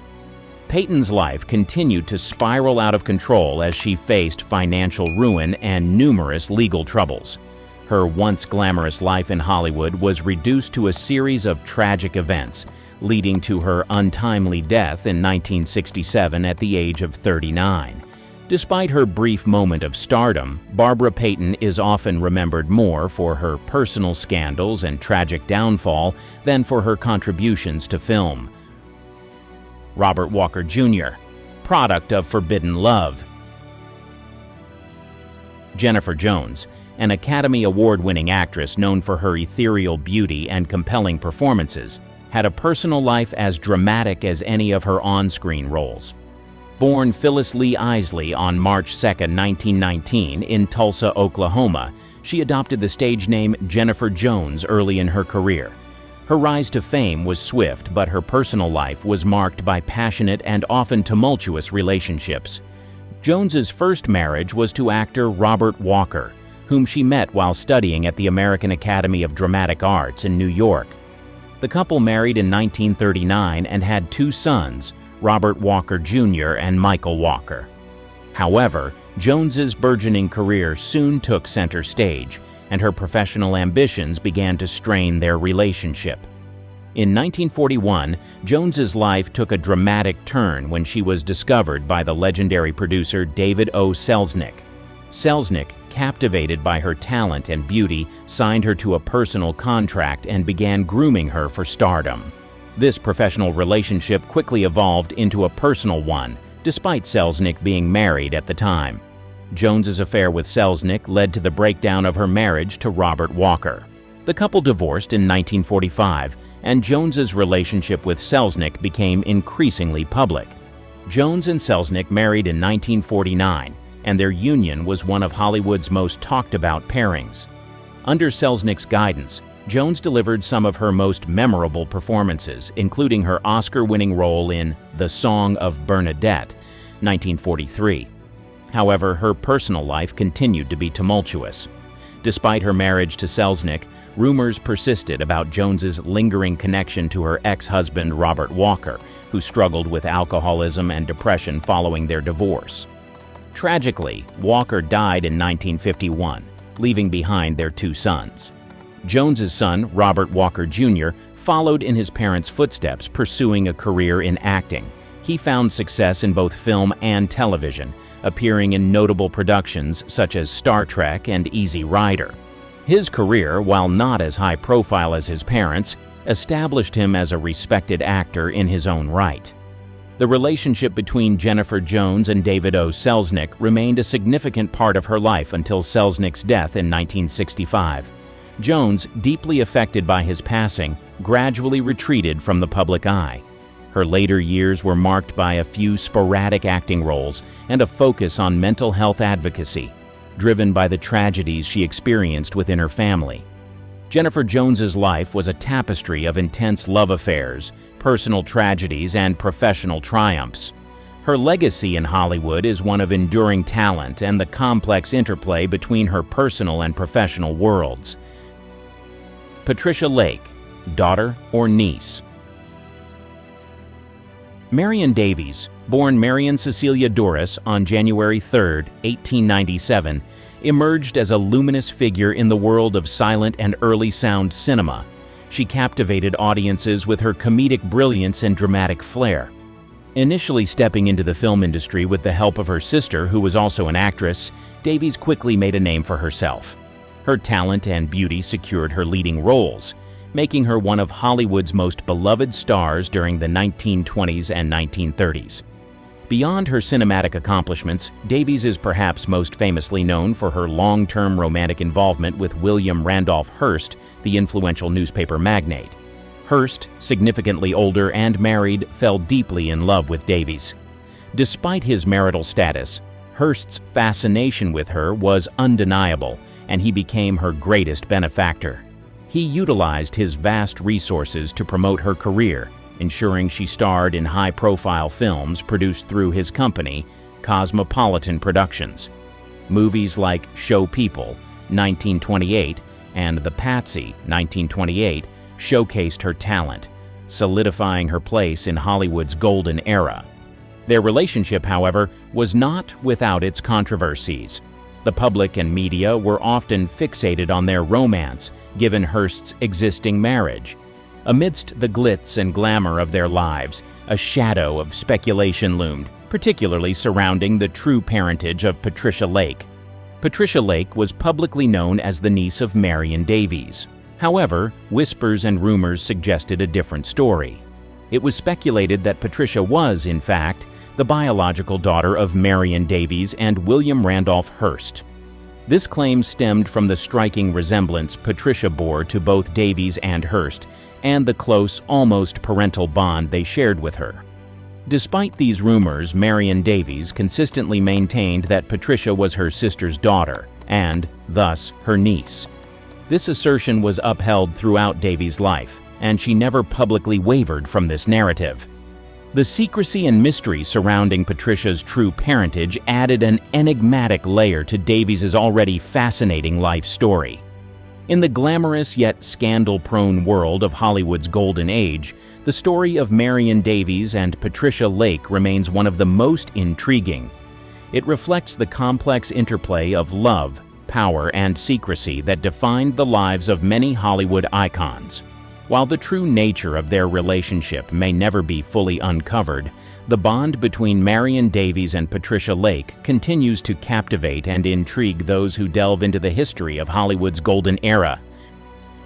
Cheryl Crane, Almost Legal. Lana Turner, one of the most iconic and glamorous stars of Hollywood's golden age, became entangled in a scandal that rocked her personal life and career. In 1942, she met Stephen Crane, a restaurateur and actor, at a party. Their attraction was immediate, and the two quickly began a passionate affair. Despite their magnetic chemistry, their relationship was tumultuous, marked by frequent arguments and reconciliations. In 1943, Lana discovered she was pregnant. In a time when having a child out of wedlock was considered a major scandal, this news could have severely damaged her career and reputation. The Hollywood studio system and society at large had stringent moral codes, and an unwed mother would face significant backlash. Determined to avoid such disgrace, Lana and Stephen decided to marry hastily. However, the hurried marriage, prompted by necessity rather than genuine compatibility, was troubled from the outset. The couple's frequent quarrels did not subside, and the pressure of their circumstances only added to their marital strife. Cheryl Crane was born in July 1943, and despite their best efforts to make the marriage work for the sake of their daughter, the relationship continued to deteriorate. The couple divorced just a few months after Cheryl's birth, highlighting the deep-seated issues that a rushed marriage could not fix. In a surprising turn, Lana and Stephen attempted to reconcile and remarried in 1944. However, the same problems that plagued their first marriage resurfaced, leading to another divorce in 1945. The fact that Cheryl was born out of wedlock had a profound impact on Lana and Stephen's relationship. The societal pressure to legitimize Cheryl's birth forced them into a marriage that neither was truly prepared for, leading to a cycle of reconciliation and separation. Cheryl's status as an illicit love child not only influenced her parents' decisions, but also added a layer of complexity and strain to their already volatile relationship. In later years, Cheryl would go on to have a complicated relationship with her mother, further highlighting the long-lasting effects of her unconventional entry into the world. Lana's experience is a poignant example of how the stringent moral expectations of Hollywood's golden age could shape and often distort the personal lives of its stars. Michael Lindsay Hogg, a striking resemblance. It is possible to hide an affair from the world, but one thing that cannot be hidden is the striking resemblance between a child and their parents. Perhaps this is why, despite his mother's denials, Michael Lindsay Hogg believed that his father was not the man he grew up with. He had a gut feeling that his father was an actor he had seen a couple of times. If you have ever come across the mind-blowing artistic works of Michael Lindsay Hogg, you'll know that he is an embodiment of rare talent. Whether he is behind the scenes of films, theater productions, or music videos, he stands out as a remarkable director. But what if I told you that he probably inherited his creative abilities from his mother, Geraldine Fitzgerald, a talented old Hollywood actress? And that's not all. The man he suspected to be his father was none other than the legendary actor and director Orson Welles. So why did Michael grow up believing that he was fathered by this famous actor? To understand, let's go back to how it all started.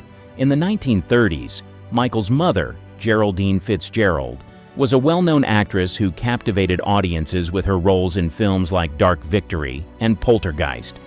As a famous actress, everyone knew she was married to Sir Edward Lindsay Hogg. However, rumors later surfaced that she had a brief affair with Orson Welles, who was married to Virginia Nicholson at the time. The attraction between Fitzgerald and Welles was said to be so strong that they moved their families to the same neighborhood to see each other more often. This steamy affair allegedly led to the birth of Michael Lindsay Hogg. Because the families lived close to each other, Michael grew up alongside his alleged half-sister, Christopher Wells Feeder. Interestingly, Christopher once remarked that she always felt a sibling connection with Michael but could never explain why. When Michael began to suspect that Orson Welles was his biological father, he approached his mother, but she consistently denied it. Despite her denials, Michael believed she was not telling the truth. Geraldine took this secret to her grave, but Michael was determined to find answers. As he grew older, he resolved to uncover the truth once and for all. He later took a DNA test. Some reports claim that the test confirmed Orson Welles was his father, while others claim the results were inconclusive. However, the words of his mother's trusted friend, Gloria Vanderbilt, gave him the closure he needed. Gloria confirmed to Michael that Orson Welles was indeed his biological father. One can only imagine the confusion and uncertainty that young Michael experienced while growing up.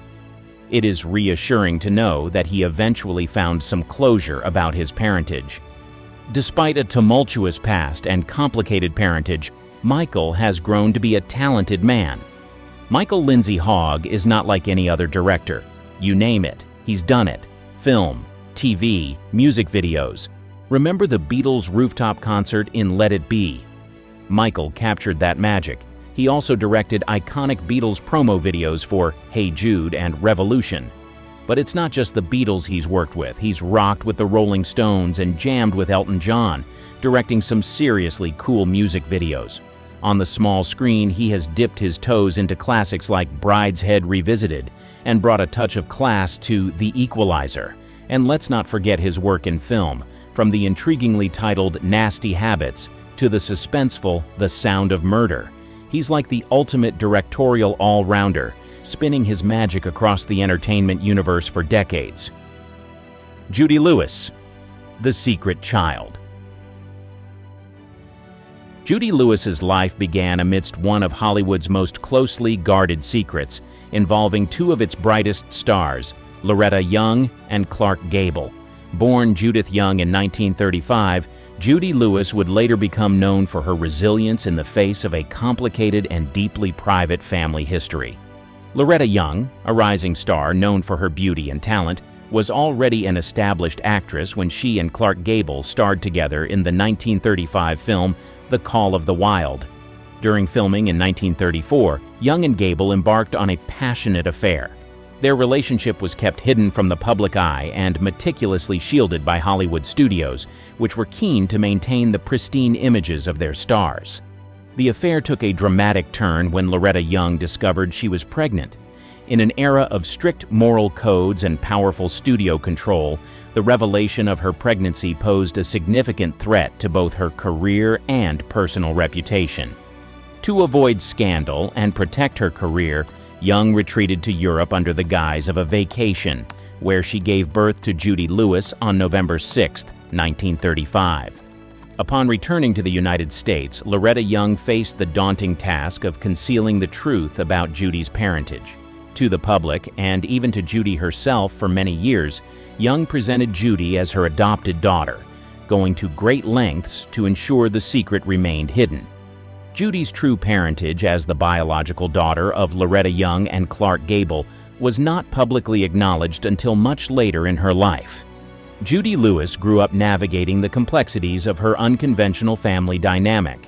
Despite the challenges imposed by the secrecy surrounding her birth, she forged a successful career in her own right as an actress and psychotherapist.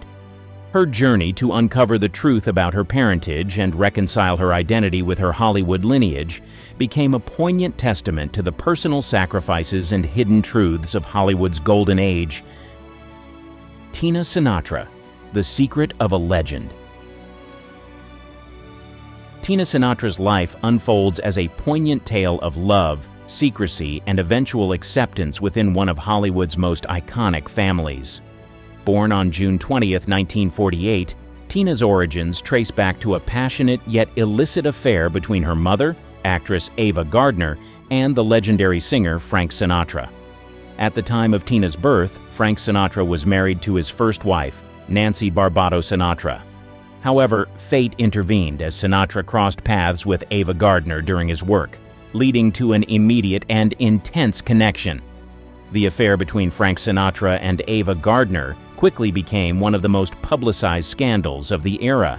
Despite the complexities and consequences, Ava Gardner chose to proceed with the pregnancy and named her daughter Tina. Throughout Tina's childhood, she lived with Ava Gardner and was raised without her father's presence. The circumstances of her birth remained tightly guarded, shielded from the media's scrutiny and societal judgment. Frank Sinatra, initially reluctant to publicly acknowledge Tina as his daughter, navigated the delicate balance between his public image and private affairs. Despite this, as Tina matured, Sinatra gradually came to accept her as his own. Their relationship evolved over time, blossoming into a deep bond characterized by mutual understanding and affection. As Tina became more involved in her father's life, Sinatra welcomed her into his family circle, introducing her to his other children and gradually integrating her into his public life. Despite the challenges posed by their unconventional family dynamics, Tina Sinatra found her place within the legendary Sinatra family. She embraced her identity and heritage with pride, embodying the resilience of the human spirit and the enduring power of familial love and acceptance. Liv Tyler, The Fatherhood Saga. She grew up believing that her father was musician, Todd Rundgren. However, the truth about her parentage was far more complicated than she ever could have imagined. Her mother, Baby Buell, a model and singer, gave birth to Liv on July 1, 1977, while she was in a committed relationship with Todd Rundgren. However, a brief fling with Aerosmith frontman Steven Tyler shortly before conception left lingering doubts about the baby's paternity. These doubts, coupled with Steven's reported struggles with drug addiction, prompted Buell to make a difficult choice. She would raise Liv as Rundgren's daughter, shielding her from the potential instability of her biological father's life. As Liv grew up, she began to notice certain similarities between herself and Steven Tyler. Friends and family members would often comment on how much she looked like the rock star, but Buell remained adamant that Rundgren was her father. It wasn't until Liv was 11 that the truth finally came out. According to interviews with Liv and her mother, it was actually the friendship between Liv and Steven's daughter, Mia, that brought the truth to light. The two girls looked so much alike that even strangers would comment on their resemblance. Liv's mother finally sat down with both Todd Rundgren and Steven Tyler and revealed her suspicions that Steven was actually Liv's biological father. To her surprise, both men were supportive and understanding of the situation. In the years since, Liv has maintained close relationships with both Rundgren and Tyler. She has referred to them both as her fathers and has spoken openly about the unique and loving dynamic that exists between them. Back in the day, when Hollywood was in its prime, sneaky rendezvous were practically a hobby for the stars. It's like all that glitz and glam went straight to their heads, making it impossible to stay faithful to just one partner. They'd slip away under the guise of business meetings, but when baby bumps started popping up, well, let's just say things got dicey. As the years passed, some secrets just couldn't stay buried. Get ready for the juicy scoop as we spill the tea on the secret love children of some of Hollywood's golden era icons. Giovanni Jackson, Daddy's Girl. While Joe Jackson, Michael Jackson's father, was busy disciplining his children and trying to make stars out of them, he had a little girl that no one knew about. His priority was to do everything in his power to spoil her rotten and keep her existence a secret. In the 60s, Joe Jackson became well known for his efforts to push his children in the direction of music. He desperately wanted his children to become famous and established musicians, and he was willing to do everything in his power to make this dream come to life. Seeing himself as their talent manager, Joe Jackson treated his children like they were his clients, forcing them to engage in long and intense rehearsals and forcing them to call him by his first name. While his efforts to make his kids successful in the industry were absolutely normal, as any parent would want their child to succeed, it was later revealed that he sometimes used harsh methods to get his kids in line. In a 1993 interview, Michael Jackson said his father subjected them to all kinds of physical punishments. He said he and his siblings grew up feeling lonely and distant from their father. It seemed like all he was concerned about was them becoming stars. While all this was happening, Michael Jackson, his mother, and siblings had no idea that Joe Jackson had another family somewhere else. In the early 70s, Joe Jackson met a beautiful secretary called Cheryl Terrell, and this single meeting led to a 25-year affair and a love child, Giovanni Jackson. Cheryl was in her 20s when she met Joe Jackson. At the time, she worked as a secretary for the police department in Los Angeles. On one fateful day, Joe Jackson was invited to LAPD's Christmas party, and that was where she met him. During the party, a friend of hers introduced her to Joe Jackson, but she had no idea who he was. She had never heard of him before. When they got talking, Joe Jackson showed her his charming and romantic side. He bought her gifts often, and soon enough, Joe's smooth talking and romantic gestures got to Cheryl. Her daughter would later reveal that Cheryl wasn't sure she liked Joe Jackson. She just decided to give the relationship a try. As expected, the 20-year age gap between them was very unsettling, especially for her family. Joe Jackson was the same age as Cheryl's mother, not to mention the fact that he was married at the time to Katherine Jackson. But despite all these, Joe Jackson was relentless. He did all that he could to keep Cheryl by his side. In a later interview, Giovanni revealed that her mother was not an obsessed fan like people thought she was. Joe Jackson was the one who did all the chasing. In Giovanni's words, "My mother is an attractive lady, and he saw her and had to have her. He did all the chasing. Daddy had to keep up with my mother. She was very independent, and he liked that." The affair between Joe Jackson and Cheryl led to her getting pregnant, and when this happened, he decided to stay by her side and take care of their child. However, he had to do this discreetly so that his wife and kids wouldn't find out that he had a second family. It was later revealed that he had an entirely different life away from the spotlight with his mistress and daughter in a house that was about 5 miles from his marital home in Encino, California. He would visit them often, take them on vacations, and lavish his daughter with gifts. All the while, he lied to his wife that he was traveling for business meetings. How he managed to keep this a secret for so long is still a mystery. His daughter explained that Joe Jackson always warned her not to tell anyone about her life. She rarely has friends, and he did everything he could to hide her and her mother from prying eyes. Her entire life was hush-hush. There were places she could not visit in her neighborhood, grocery stores they could never shop at, secrets she could never reveal. Joe Jackson lived with a permanent fear of being caught. He knew that if a reporter or a loved one saw him, his secret would be out in the open. As a result of this, she didn't exactly have a normal childhood, but Joe Jackson made sure he showered her with love. In her words, "He was very much a presence in my life. I was a daddy's girl. I would be so excited. He would bring me presents, my favorite black walnut ice cream. I was spoiled rotten." Decades later, the news about her existence got out. It was certainly a hard pill to swallow, but as time went by, the Jackson family accepted her. Joe Jackson's wife, who was painfully hurt about the affair, and the love child ended up forgiving her husband and taking him back. Giovanni wrote a book titled Bastard Child, detailing her true story and what being raised by Joe Jackson was like. Ronan Farrow, Frank Sinatra's look-alike. Have you ever come across a picture of Ronan Farrow, Mia Farrow's son? You know, the one with the piercing blue eyes that happens to have a striking resemblance to the very famous singer and actor Frank Sinatra? Over the years, the 36-year-old journalist has made a name for himself through his works, and he is even known as one of the journalists who passionately did the investigative reporting on allegations of sexual abuse against the movie mogul Harvey Weinstein. His reports would later be published in the New York Magazine.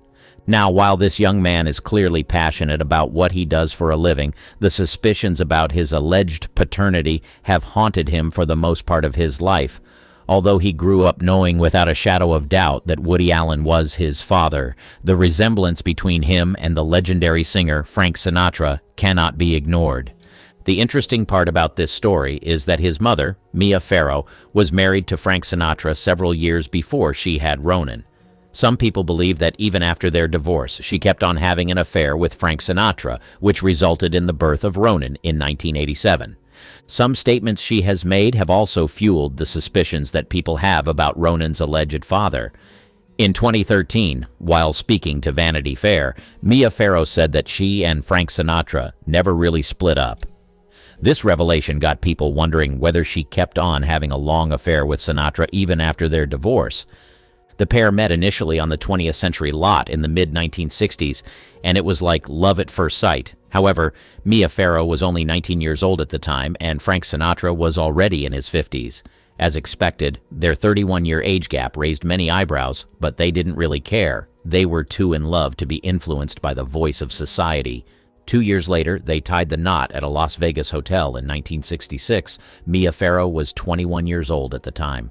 Although it seemed like their marriage was going to work, Mia Farrow later claimed that she was too young and immature for such a serious commitment. She also revealed that Frank Sinatra wasn't exactly okay with the fact that she was working.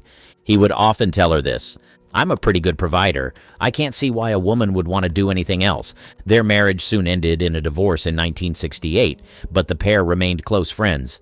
Mia Farrow would later get into a relationship and eventually marry Woody Allen. The pair had over 9 children, one of them being Ronan Farrow.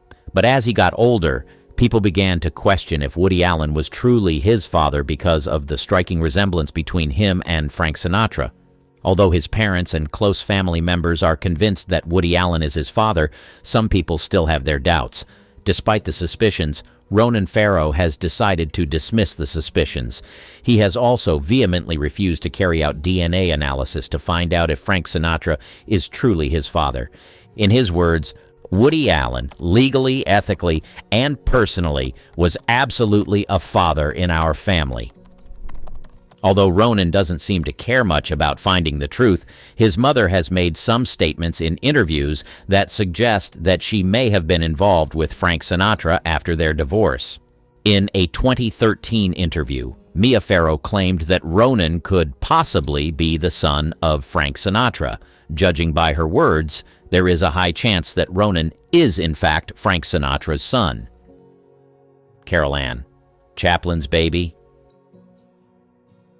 For a long time, Charlie Chaplin was known as a wholesome actor who became a household name through his roles, especially his famous tramp character. But after several years of building a successful career, some secrets about his personal life were revealed. Not only was Chaplin rumored to prefer significantly younger girls, he also allegedly got a young woman pregnant and denied it. Now, as a result of this, there were several pictures of the cute child all over the media and media reports that showed Chaplin refusing to take responsibility. He was convinced that he wasn't the father of the child, but this young woman continued to insist that Chaplin fathered her child. It all began in the early 1940s. While Chaplin was still married to his third wife, Paulette Goddard, he met a young and talented actress, and he was instantly drawn to her. She was beautiful, and she seemed like a promising actress, so he took her under his wing and eventually contracted her for an upcoming film titled Shadows and Substance. Chaplin and this actress named Joan Barry later got romantically involved with each other. There was no way Chaplin could deny having an affair with her, because as soon as she served him with a palimony suit, investigations began, and these led to revelations uncovered by the FBI. According to FBI documents, Chaplin told Barry to meet up with him in Los Angeles in 1942, paid for her plane ticket, and as soon as she got there, they began doing romantic activities. Barry also revealed that not only did they attend numerous parties together, she claimed that Chaplin convinced her to get romantically involved with other people, making her available to other men for immoral purposes. The pair also engaged in sexual acts several times in December of that year, and Barry believed that one of those times led to her daughter, Carol Ann, being conceived. The baby Carol Ann was born on the 2nd of October 1943. When Joan Barry informed Chaplin and he claimed he wasn't the father, she became furious. Not only did she accuse him of violating the Mann Act, but she also fought tooth and nail to prove that he was the father of her child. Over 3 blood tests were carried out, and all the results showed that Chaplin wasn't the father, but Joan believed that the medical professionals who carried out these tests were compromised. So she decided to fight harder, and this led to 2 trials. In the second one, a jury voted 11-1 that Chaplin was indeed the father of Joan Barry's child. As a result of this, Chaplin had to pay child support, and although he tried appealing, he lost. Liv Tyler, A Case of Hidden Paternity. Remember Arwen from The Lord of the Rings? Did you know that she is Steve Tyler and Bebe Buell's love child?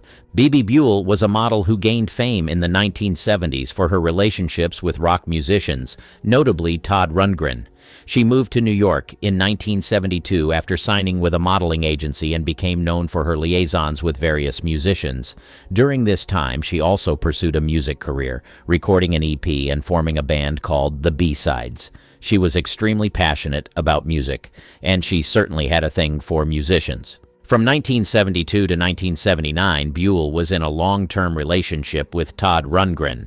However, in 1976, she became pregnant after a brief relationship with Steven Tyler, the lead singer of Aerosmith. This was the beginning of a complicated paternity dilemma. When Buell gave birth to her daughter, Liv Rundgren, in 1977, she claimed Rundgren as Liv's father on the birth certificate, citing Tyler's well-known struggles with drug addiction at the time. She didn't think Tyler was fit to raise her daughter, so she raised Liv to believe that her father was Rundgren. Liv didn't learn the truth about her paternity until she was around 11 years old. Upon noticing the resemblance between herself and Steven Tyler, she confronted her mother, and the truth was revealed. However, Buell kept the information private until Liv publicly acknowledged Steven Tyler as her father in 1991, changing her surname from Rundgren to Tyler. Buell's decision to initially claim Rundgren as Liv's father was due to concern for Liv's well-being, as Tyler was deeply involved in drug addiction during that period. Despite this, Liv and Steven Tyler have since developed a close relationship, and they've even collaborated professionally. Liv has expressed gratitude towards both Tyler and Rundgren, acknowledging Rundgren as a father figure in her life and maintaining a strong bond with both men. She is grateful for the gift of 2 phenomenal men that have become her father figures. Liv Tyler, the daughter of Bebe Buell and Steven Tyler, has risen to prominence as a successful actress in both film and television. She began her career at a young age, starting with modeling at just 14 years old. Her debut in the film industry came in 1994 with Silent Fall. However, it was her roles in films like Heavy and Empire Records in 1995 that garnered her critical acclaim. Her versatility as an actress was evident as she took on diverse roles in films like Armageddon in 1998, which became a major box office success. One of Tyler's most iconic roles came in the early 2000s when she portrayed the elf Arwen Undomiel in Peter Jackson's The Lord of the Rings film trilogy from 2001-2003. The trilogy not only solidified her status as a talented actress, but also became one of the highest-grossing film series in history, further boosting her fame. After her success with The Lord of the Rings, Tyler continued to showcase her acting prowess in a variety of roles. She appeared in films like Jersey Girl in 2004 and The Incredible Hulk in 2008, displaying her range across different genres. There is no denying that Liv Tyler is an amazing actress.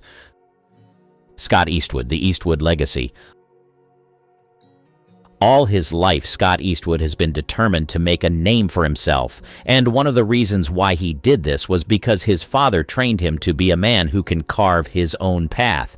It is impossible to not notice the striking resemblance between the talented actor Scott Eastwood and the legend Clint Eastwood. It is not a secret that Scott is his son, but not many people know about the fact that Clint Eastwood, who was a married man, began a dangerous affair with a lady back in the 80s. This affair would later lead to the birth of Scott Eastwood in 1986. This is how it all began. In the 80s, when Clint Eastwood was gaining success in the industry, he was on top of the world. There were very few actors who could match his skills, and there was no denying that he was a big deal. As his fame grew, Clint got married to Maggie Johnson, but soon enough the cracks in their marriage began to show. It was said that while he was married to Maggie Johnson, he met a flight attendant that completely captured his attention. Her name was Jocelyn Reeves. She was living her life and focusing on her work when she met Clint Eastwood, who was already a star. Although there are no in-depth details about how they met, it was said that they later started an affair that lasted for a while. But this affair didn't just end in steamy romance. Jocelyn got pregnant for Clint, not once, but twice. First, they had Scott, then his sister Catherine after that. Unlike many fathers who abandon or deny children that they gave birth to out of wedlock, Clint took responsibility from the start and made up his mind to take care of his children. He wasn't just some absentee dad, he was still a huge part of Scott's life. He and his sister certainly felt his presence as he made sure he provided for them and taught them valuable life lessons. Scott practically grew up on his dad's ranch up in Northern California and spent so much time on his movie sets that he can't even remember his first visit to one. It was the time he spent watching his father on sets that sparked a desire in him to pursue acting. He fell in love with the craft and knew that if his father could succeed in the industry, he could do the same. However, Scott didn't expect his father to pave the way for him. When Scott decided to dive into the acting world himself, he wanted to do it on his own terms. So he started using his mom's last name, Reeves, for auditions. He needed to prove himself without riding on his dad's fame. He also knew his father well. Clint was never one to hand out favors left and right. Growing up during the Great Depression and experiencing poverty firsthand made him tough. He had to work extra hard for everything he had, and he made sure his children did the same. Scott had to hustle just like anyone else. He worked his way through Santa Barbara City College. His father made sure that he learned the value of money by making him pay his way through school and supporting him along the way.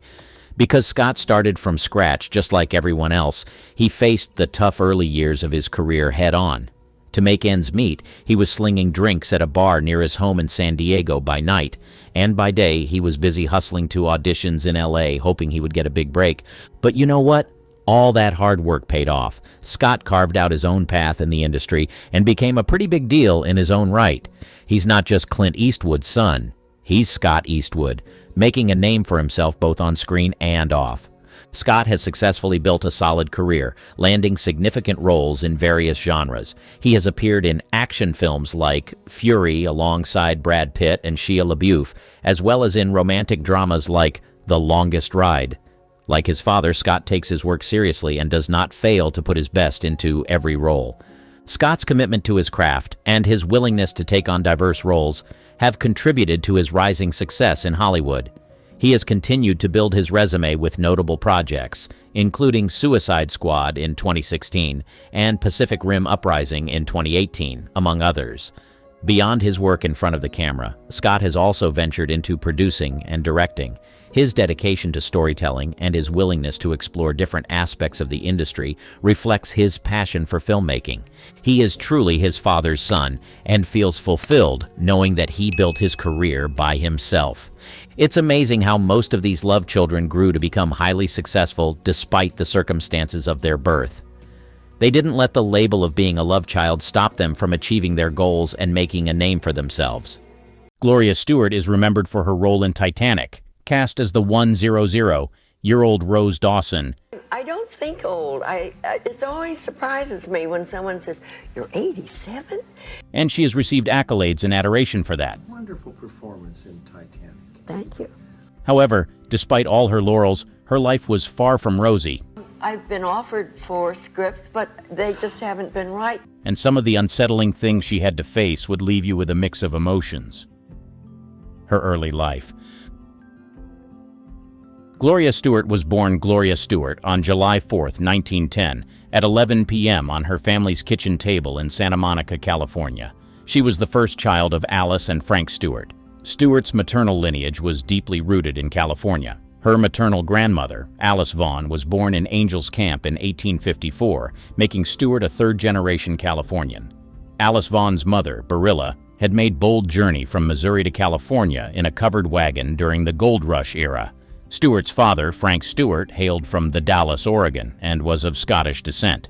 He pursued a legal career in San Francisco and worked as an attorney for the six companies at the time of Stewart's birth. Gloria had one younger brother, Frank Jr. He was born just 11 months after her. She also had another brother, Thomas.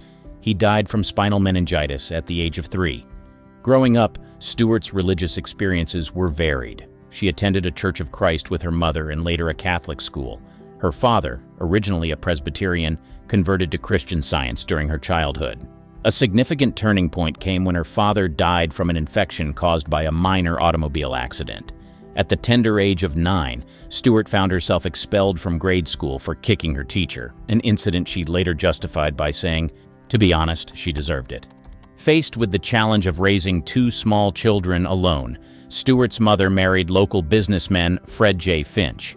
Gloria then attended school under the name Gloria Faye Finch, having adopted the middle name Frances, the feminine form of her father's name since her parents hadn't given her one. During her high school years at Santa Monica High School, Stewart was actively involved in theater, taking the lead role in her senior class play, The Swan. Her passion for writing was evident as she spent her summers taking short story and poetry writing classes and working as a cub reporter for the Santa Monica Outlook. Seeking independence, Stewart enrolled at the University of California, Berkeley, majoring in philosophy and drama.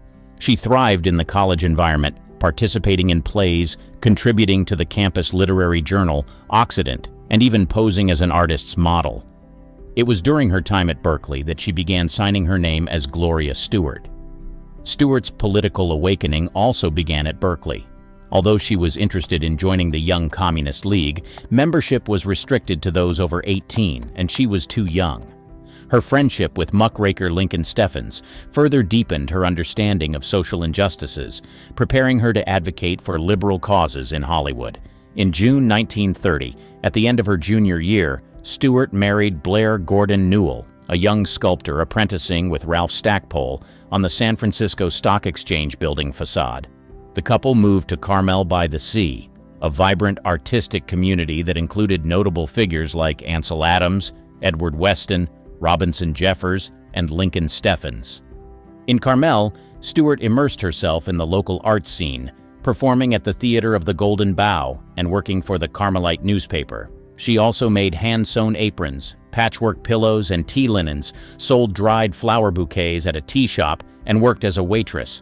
Newell supported them by laying brick, chopping, and stacking wood, teaching sculpture and woodworking, and managing a miniature golf course. They lived in a shack in a woodyard as night watchmen, a period Stewart fondly remembered as wonderfully bohemian. But all through her life, some unsettling things occurred that even she had a hard time grappling with. She was a victim of gender discrimination. Gloria Stewart's early career in Hollywood, spanning the 1930s and 1940s, was marked by a series of struggles despite her evident beauty and talent. Her journey into the world of cinema began with high hopes, but she soon encountered significant obstacles that challenged her rise to stardom. It all started when Stewart signed a contract with Universal Pictures in 1932, a time when Hollywood was a rapidly growing industry with a voracious appetite for fresh talent. She quickly made her debut in Street of Women, 1932, which led to more roles in films such as The Old Dark House, 1932, and The Invisible Man, 1933. Her performances received positive reviews, and she was touted as one of the promising new faces in Hollywood. However, the reality of the industry soon became apparent. The Hollywood studio system of the 1930s and 1940s was notorious for its control over actors' careers. At the time, studios had immense power, often placing actors in roles that suited the studio's financial interests rather than the actor's artistic growth. Stewart was no exception. Despite her initial success, she found herself trapped in a cycle of typecasting, frequently cast in horror films and lightweight comedies that did not allow her to fully showcase her acting range. During this era, the roles available to women were often limited and stereotypical. Female characters were usually relegated to being the love interest, the damsel in distress, or the supportive wife, with few opportunities for complex leading roles. Stewart's talent and ambition were stifled by the industry's narrow vision for female actors. The leading roles with substantial character arcs were few and far between, and often went to a select group of actresses who were considered bankable stars. Stewart's career was also affected by the internal politics of the studios. Favoritism played a significant role in determining which actors received the most coveted roles. Actors who were favored by studio heads or had influential agents often secured the best parts, while others, like Stewart, were left with fewer opportunities. This favoritism was often unrelated to talent, and more about personal connections and marketability as defined by the studio executives. Under her contracts with Universal and later 20th Century Fox, Stewart was obligated to accept the roles offered to her, regardless of her personal interest or the quality of the scripts.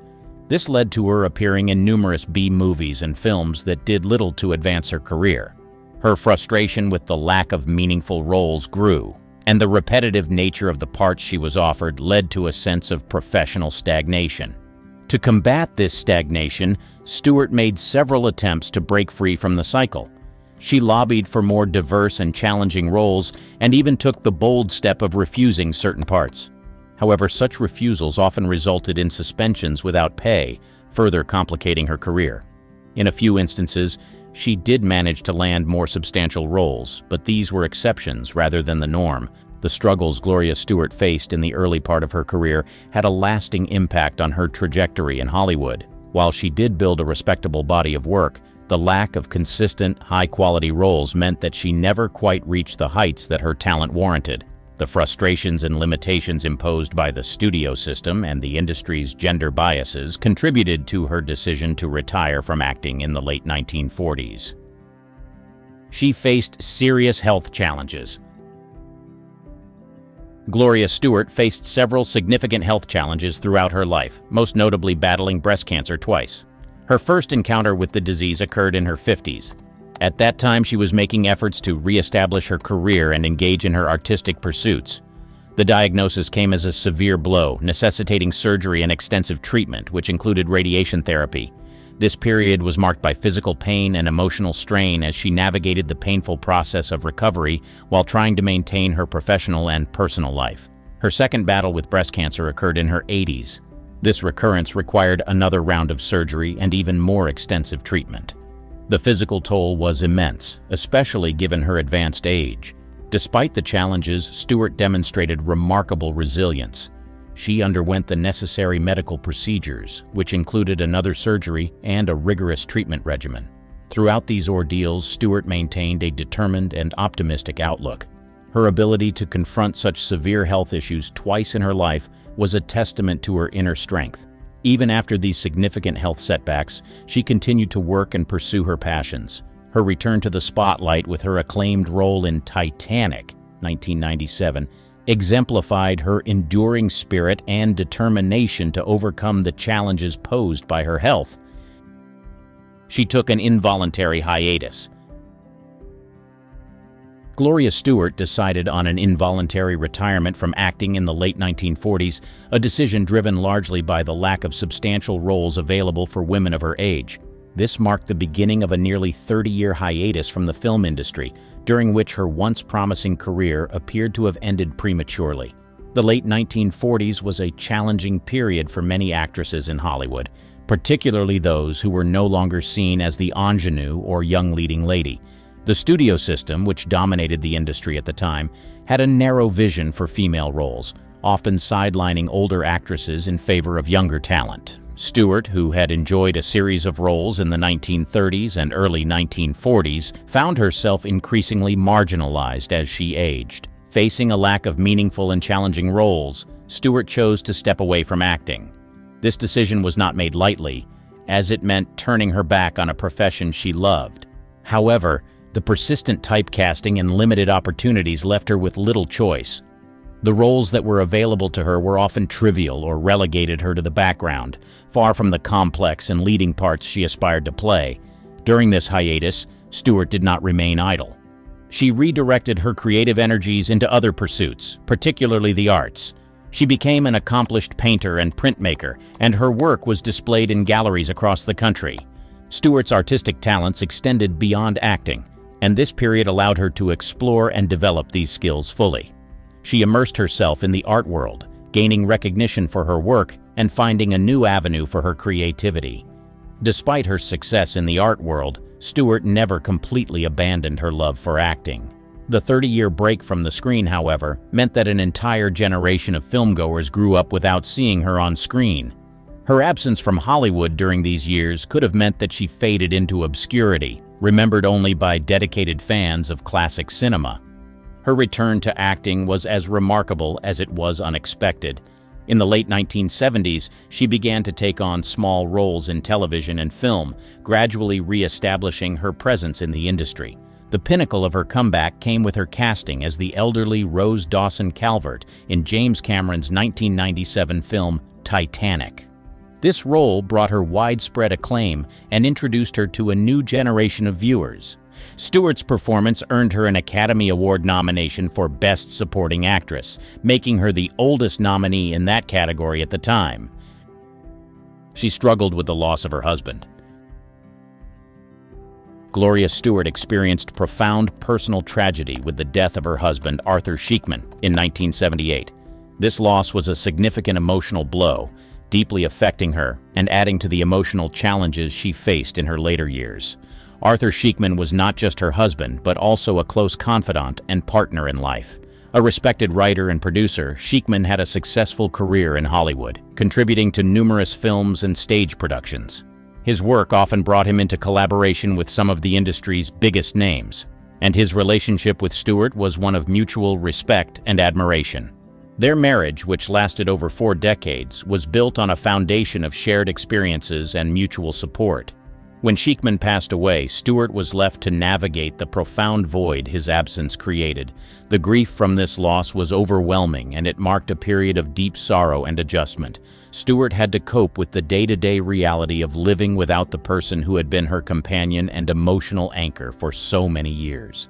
This loss came at a time when she was already grappling with the challenges of aging and her return to the acting world, making the emotional burden even heavier. Stewart's grief over Sheikman's death influenced her outlook on life and work. The pain of losing a loved one is universal. But for Stewart, it was worse. He suffered the memories of their life together and the support he had always given. She had to find a way to continue without him, which required immense inner strength and resilience. She lived a lonely and isolated life. Later in life, Gloria Stewart often talked about feeling isolated and lonely. This was true despite her professional achievements and the recognition she received. This loneliness was made worse by losing many of her contemporaries and friends, making her emotional landscape harder to navigate as she aged. Stewart's return to fame with her acclaimed role in Titanic, 1997, brought her renewed appreciation, but it didn't fully ease the solitude she felt. This is where it gets interesting. The nature of aging in Hollywood means the industry constantly shifts focus to younger talent. This meant many of the people she had worked with and befriended during her earlier career were no longer around. The passing of these friends and colleagues left a void that professional success couldn't fill. However, the worst was yet to come. The accolades from her role in Titanic were contrasted with the quiet moments of her personal life. She deeply felt the absence of lifelong friends and her late husband, Arthur Sheikman.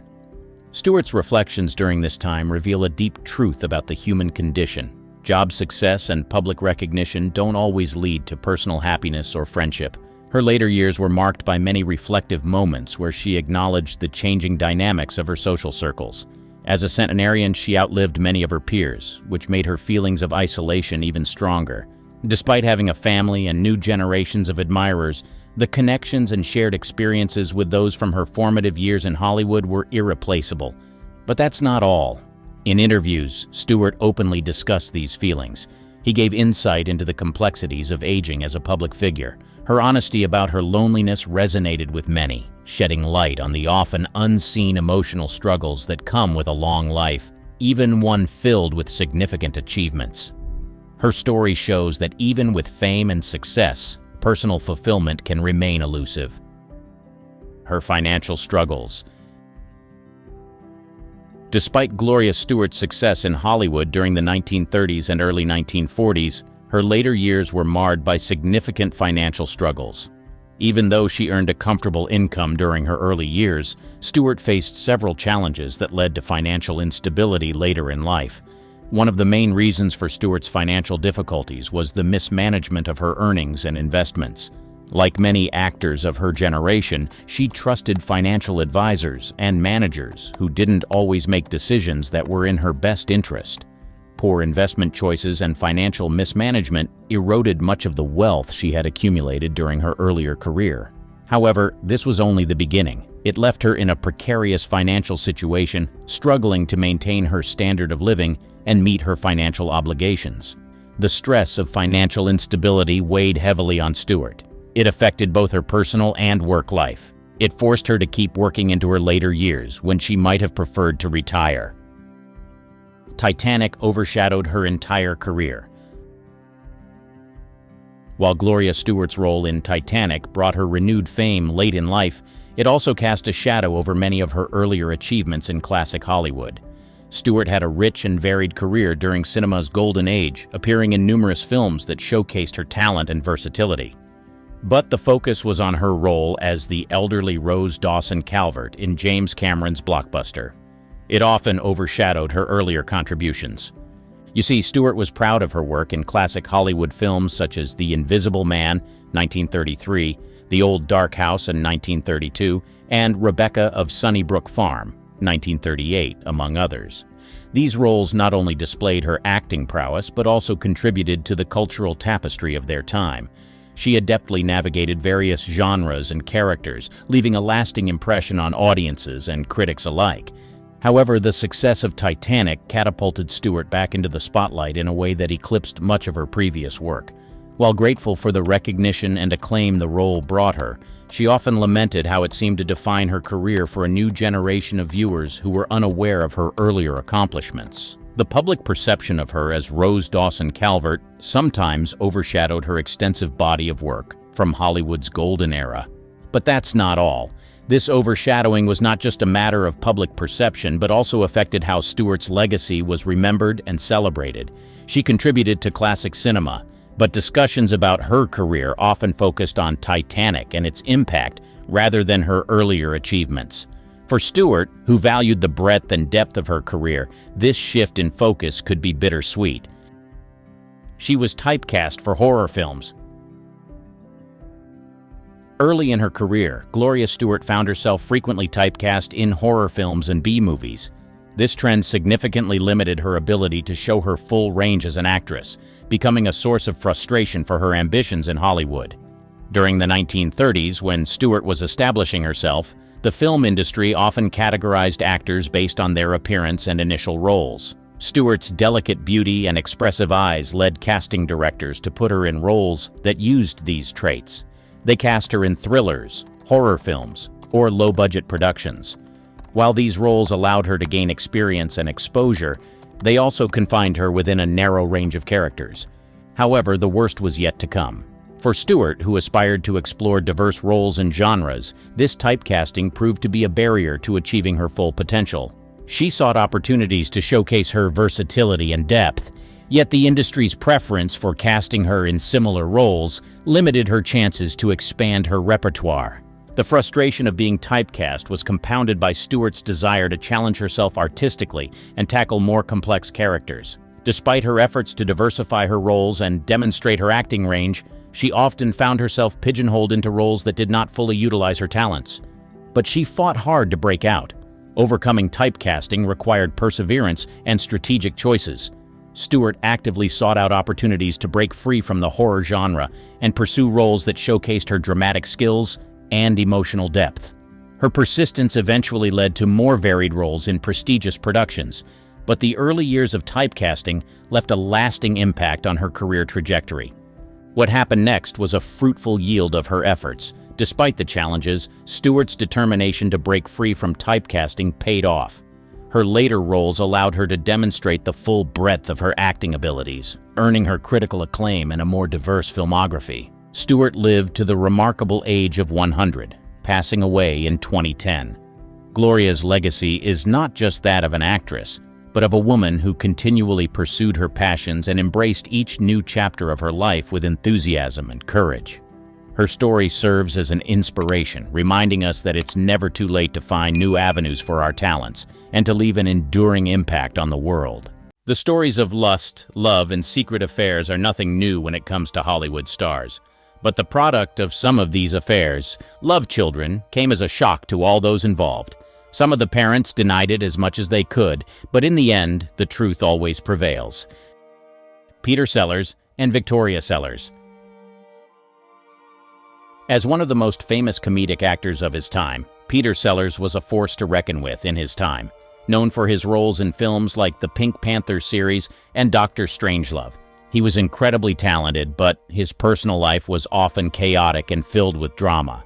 One of the most interesting and dramatic chapters of his life began when he met Britt Ekland, a beautiful Swedish actress and singer. The story of Peter and Britt began like a whirlwind. In 1964, Peter was at the height of his career, already a celebrated star. Britt, on the other hand, was just starting to make a name for herself in the entertainment industry. Their meeting was almost like a scene from a romantic movie. Peter saw Britt in a newspaper photo and was immediately captivated by her beauty. Determined to meet her, he arranged an introduction, and sparks flew from their very first encounter. Peter was known for his impulsive nature, and true to form, he proposed to Britt just 10 days after they met. Britt, swept off her feet by the intensity of his charm and the excitement of the moment, said yes. They were married almost immediately, becoming one of the most talked-about couples in Hollywood. Their relationship was passionate, but also marked by Peter's unpredictable and often difficult behavior. It wasn't long before Britt became pregnant. In January 1965, she gave birth to their daughter, Victoria Sellers. The birth of Victoria was a joyous occasion, but it also came with its fair share of challenges. Peter's mood swings and erratic behavior created a tense environment. He could be incredibly loving one moment and intensely difficult the next. This unpredictability took a toll on Britt, who tried to navigate the pressures of motherhood and her career while dealing with Peter's volatile nature. Despite the turbulence at home, the public was fascinated by Peter and Britt. They were the subject of countless magazine articles and were often photographed together looking glamorous and happy. Behind the scenes, however, their relationship was far from perfect. The stresses of Peter's career, combined with his personal demons, led to frequent arguments and misunderstandings. The marriage, unsurprisingly, did not last. By 1968, just a few years after Victoria's birth, Peter and Britt decided to divorce. The separation was difficult for both of them, but especially for young Victoria, who had to grow up amidst the aftermath of her parents' very public and very messy split. Victoria Sellers' childhood was anything but ordinary. With a famous father and a glamorous mother, she was always in the public eye. The legacy of her parents' stormy relationship and her father's larger-than-life persona inevitably shaped her life. She tried her hand at various careers, from acting to modeling to jewelry design, trying to find her own path in a world that constantly reminded her of her parents' fame and notoriety. Johannes Kaufmann and Christine Kaufmann. His journey as a German opera singer whose professional pursuits transcended borders played a crucial role in shaping the life of Christine Kaufmann, the celebrated actress born on January 11, 1945, in Lengdorf, Bavaria. His story intertwines with that of Genevieve Gaviert, Christine's mother. It is a story that goes beyond nationality, culture, and borders. Johannes Kaufmann was a man of ambition and talent, his career spanning various international projects that reflected the post-war era's spirit of rebuilding and cultural exchange. His work not only took him across Europe, but also extended to the United States, where his contributions left a lasting mark. Genevieve Gaviert, on the other hand, was a French woman whose path intersected with Johannes's in the aftermath of World War II.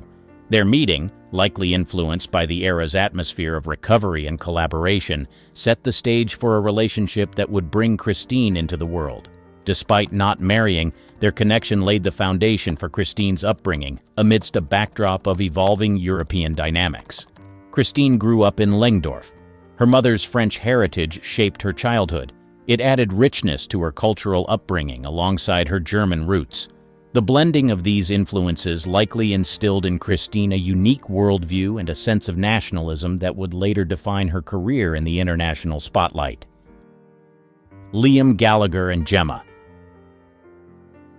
The paternity of the great Gallagher with American writer Lisa Gorbani's daughter Gemma became public in 2013, sparking widespread media coverage and personal turmoil.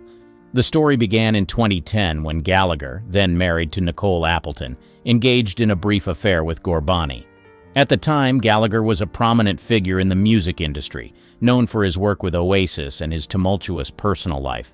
Gorbani, a respected writer, found herself unexpectedly entwined in the rock star's controversial narrative. When the existence of the love child first came to light, Gallagher vehemently denied being Gemma's father. He went as far as to claim that he had never even met Gorbani, hoping to distance himself from the allegations. His denial was a desperate attempt to maintain his marriage to Appleton and preserve his public image. However, Gorbani was determined to prove the truth and pushed for a DNA test to establish paternity. The DNA test results were unequivocal. Gallagher was indeed the biological father of Gemma. This revelation had immediate and far-reaching consequences. Gallagher's marriage to Nicole Appleton, already strained by the pressures of his rock and roll lifestyle and frequent scandals, could not withstand the impact of this new controversy. The couple's relationship deteriorated rapidly, leading to their eventual separation and divorce. Their marriage ended in public. It was a spectacle in the tabloids. It added to Gallagher's infamous personal life. With paternity established, Gallagher and Gorbani entered into a highly publicized and contentious child support dispute. The legal battle was marked by acrimony and intense media scrutiny, with details of their affair and subsequent fallout laid bare for all to see. Both parties made their cases in court, with Gorbani seeking financial support for Gemma and Gallagher initially resisting these claims. Despite the initial hostility and public embarrassment, a resolution was eventually reached. Gallagher began to take responsibility for his daughter, Gemma, Marlon Brando's 3 illicit children. In the 1980s, Marlon Brando's life was marked by both professional triumphs and personal turmoil. During this time, he began a relationship with Maria Cristina Ruiz, his housekeeper. Their affair was one of many in Brando's tumultuous love life, but it resulted in the birth of 3 children, Nina, Miles, and Timothy. Maria Cristina Ruiz was more than just a housekeeper. She was a significant part of Brando's domestic life. Their relationship, though unconventional, lasted for many years. Despite Brando's fame and the media's relentless interest in his personal affairs, Ruiz and her children managed to stay relatively out of the public eye. Brando shielded them from the spotlight well, but the intrigue around his many relationships and children drew attention. Miles and Timothy were born into a life of seclusion, shielded from the prying eyes of the media. Growing up in the shadow of a legendary father was no easy task. Brando, known for his intense, sometimes erratic behavior, was a complex figure even to his own children. While he provided for them and ensured they were cared for, his presence in their lives was marked by the same unpredictability that defined his career. Despite the challenges, Ruiz played a crucial role in maintaining stability for her children. She ensured they received a proper education and tried to give them as normal a life as possible, considering their unique circumstances. Marlon Brando's personal life was a topic of endless fascination. His numerous affairs and the large number of children he fathered were often highlighted by the media, but he rarely spoke publicly about his relationships or his children. This veil of secrecy only fueled the public's curiosity. For Miles and Timothy, this meant living with the duality of being Brando's sons, enjoying the privileges that came with his name while also dealing with the burdens of his notoriety.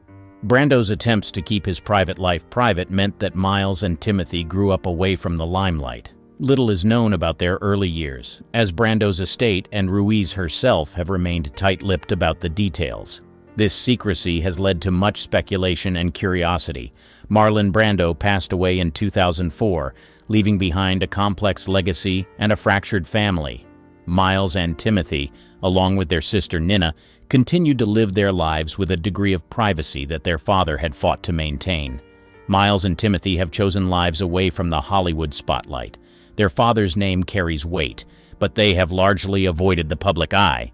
They pursue personal and professional paths away from Brando's shadow. Lloyd and Jeff Bridges. Well known as an accomplished actor in Hollywood, Jeff is celebrated for his roles in films such as The Big Lebowski and Crazy Heart. His familial background, however, includes an interesting and somewhat unconventional start. Jeff Bridges is the son of Lloyd Bridges, a prominent actor in his own right, known for his roles in films and television series. Lloyd Bridges was married to Dorothy Bridges at the time of Jeff's birth. However, Jeff Bridges was born out of wedlock, meaning that his parents were not legally married when he was born. This situation arose during Lloyd's marriage to Dorothy. Despite the unconventional circumstances surrounding his birth, Jeff Bridges grew up in a supportive and artistic environment. His parents, Lloyd and Dorothy, both played influential roles in his upbringing and early exposure to the world of acting. This familial backdrop provided Jeff with a foundation in show business that he would later build upon in his own successful career. Joe Jackson and Giovanni Jackson. This story is about a secret child acknowledged by their father. This is especially tough when the father is part of a famous family like the Jacksons. Giovanni is the youngest daughter of Joe Jackson, renowned as the patriarch of the Jackson family and the father of Michael Jackson and the Jackson 5. Giovanni's existence came to light as a result of an extended affair between Joe Jackson and Cheryl Tyrell, which spanned 25 years. Despite the secrecy surrounding her birth, Giovanni had a close and positive relationship with her father while growing up. However, her acceptance by Joe Jackson did not translate into acceptance by the rest of the Jackson family. Living close to the Jackson family home, Giovanni nevertheless experienced isolation from her famous siblings and was intentionally kept away from their lives and the public spotlight. This situation contrasts sharply with the relationship Giovanni developed with Joe Jackson's wife, Catherine. Catherine was aware of her husband's affair and maintained a surprisingly good relationship with Giovanni, whom she referred to as her mother. John and David Carradine. As a distinguished actor and director in Hollywood, John Carradine was renowned for his deep voice and commanding presence on screen. His career spanned decades, starting in the 1930s. During this time, he built a reputation for his acting skill and colorful personal life. This life included many relationships that resulted in children born out of wedlock. Born Richmond Reed Carradine in 1906, John Carradine married 4 times, but also had several affairs that led to the birth of several illegitimate children. Among these children were David, Keith, and Robert Carradine, all of whom would go on to achieve fame in their own right as actors.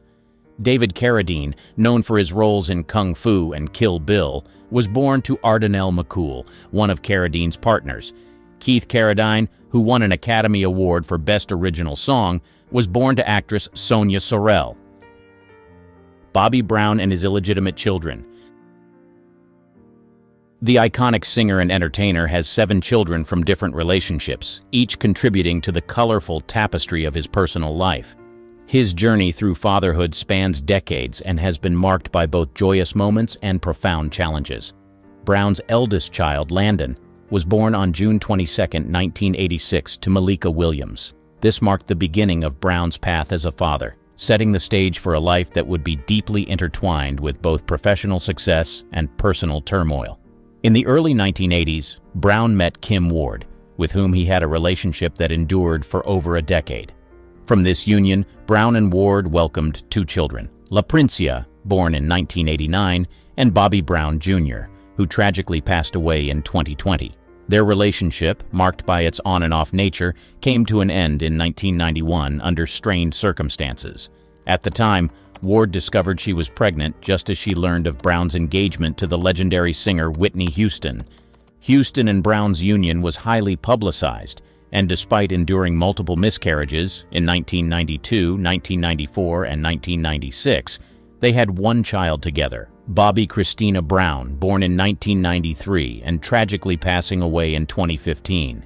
In more recent years, Bobby Brown has expanded his family with Alicia Etheridge, whom he married in 2012. Their relationship has brought 3 more children into Brown's life, a son born in 2009 and daughters born in 2015 and 2016. Ray Charles and his 12 illegitimate children. The legendary singer and musician known for his soulful voice and innovative music had a personal life marked by complex relationships and fathered a total of 12 children with 9 different women. His life off stage was as vibrant and tumultuous as his music career, characterized by multiple relationships that resulted in a large and diverse family. In 2004, Ray Charles made headlines when he reportedly gave each of his 12 children $500,000. However, this financial gesture came with a condition. They were not to expect any further inheritance from his estate. This decision was intended to ensure that his children received a substantial amount during his lifetime, while managing expectations about their future inheritances. Despite these arrangements, after Ray Charles passed away in 2004, complications arose regarding his estate and the agreements he had made with his children. His estate ended up filing lawsuits against 7 of his children, alleging that they had violated the terms of the agreement by seeking additional inheritance beyond what was initially provided. Susan Sarandon and Eva Amuri. This story of mother and daughter is both shocking and dramatic. Eva Amuri, the daughter of Oscar-winning actress Susan Sarandon, has a familial background steeped in Hollywood and the arts. Her parents are Susan Sarandon and Italian director Franco Amuri.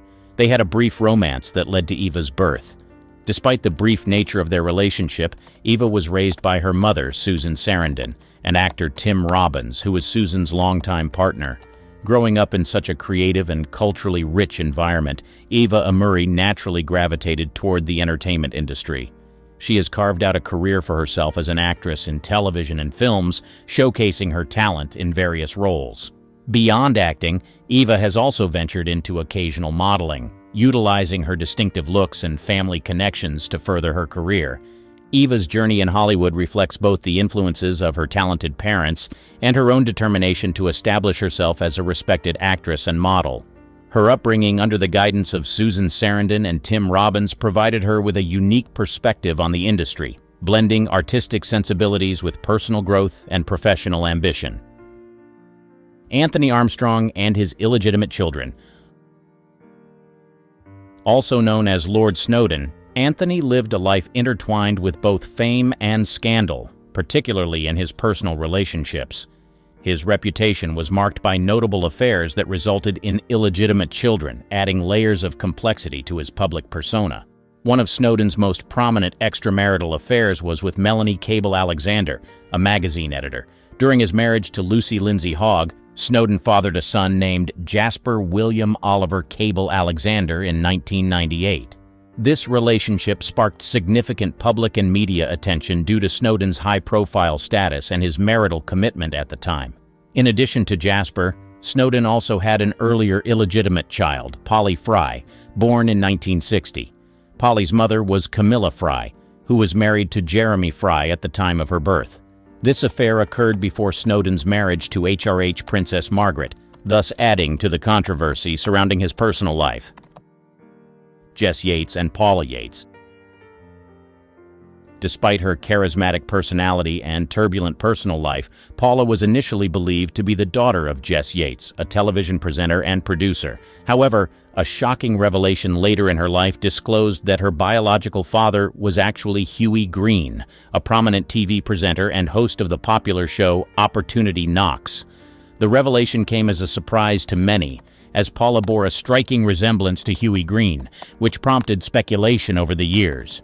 The discovery of her true parentage caused a significant stir in the media and among the public, highlighting the complexities and sometimes hidden aspects of family dynamics in the public eye. Paula Yates herself later spoke candidly about the emotional impact of learning the truth about her parentage. Despite the initial shock and public attention, she maintained a resilient spirit, navigating her personal challenges amidst the glare of media scrutiny. Throughout her life, Paula Yates was known not only for her family revelations, but also for her career as a television presenter, writer, and media personality. Her relationships, particularly with musician Bob Geldof, and the complications surrounding custody and access to her children, also drew considerable public interest. Sinead Cusack and Richard Boyd Barrett. He was a prominent Irish politician and activist aligned with the left-wing political organization People Before Profit Solidarity. Richard Boyd Barrett has been a member of the Irish Parliament, Dáil Éireann, since 2011. However, his personal history took a dramatic turn when it was revealed in 2007 that he was the biological son of renowned Irish actress Sinead Cusack, who is married to Oscar-winning actor Jeremy Irons. The revelation unraveled a complex and deeply personal story rooted in the social mores of 1960s Ireland. At that time, Ireland was staunchly conservative, and single mothers often faced intense societal pressure to give up their children for adoption or risk severe social stigma and isolation. In 1966, Sinead Cusack dated Irish actor and director Vincent Dowling. This caused her to become pregnant with Richard Boyd Barrett. Facing the social pressures of the era, Sinead Cusack made the difficult decision to have her son adopted after his birth. Richard Boyd Barrett was subsequently adopted, growing up unaware of his biological parentage until later in life. This revelation brought to light the hidden complexities of family dynamics and the consequences of Ireland's societal norms at the time. Interestingly, Boyd Barrett's adopted brother Douglas also had a significant revelation about his parentage. It was discovered that Douglas was the secret son of Father Michael Cleary, was once a prominent Dublin priest. He was known for his public moral teachings on TV and radio. Cleary espoused conservative values in the media, but he led a double life. He fathered children with his housekeeper while publicly preaching about morality.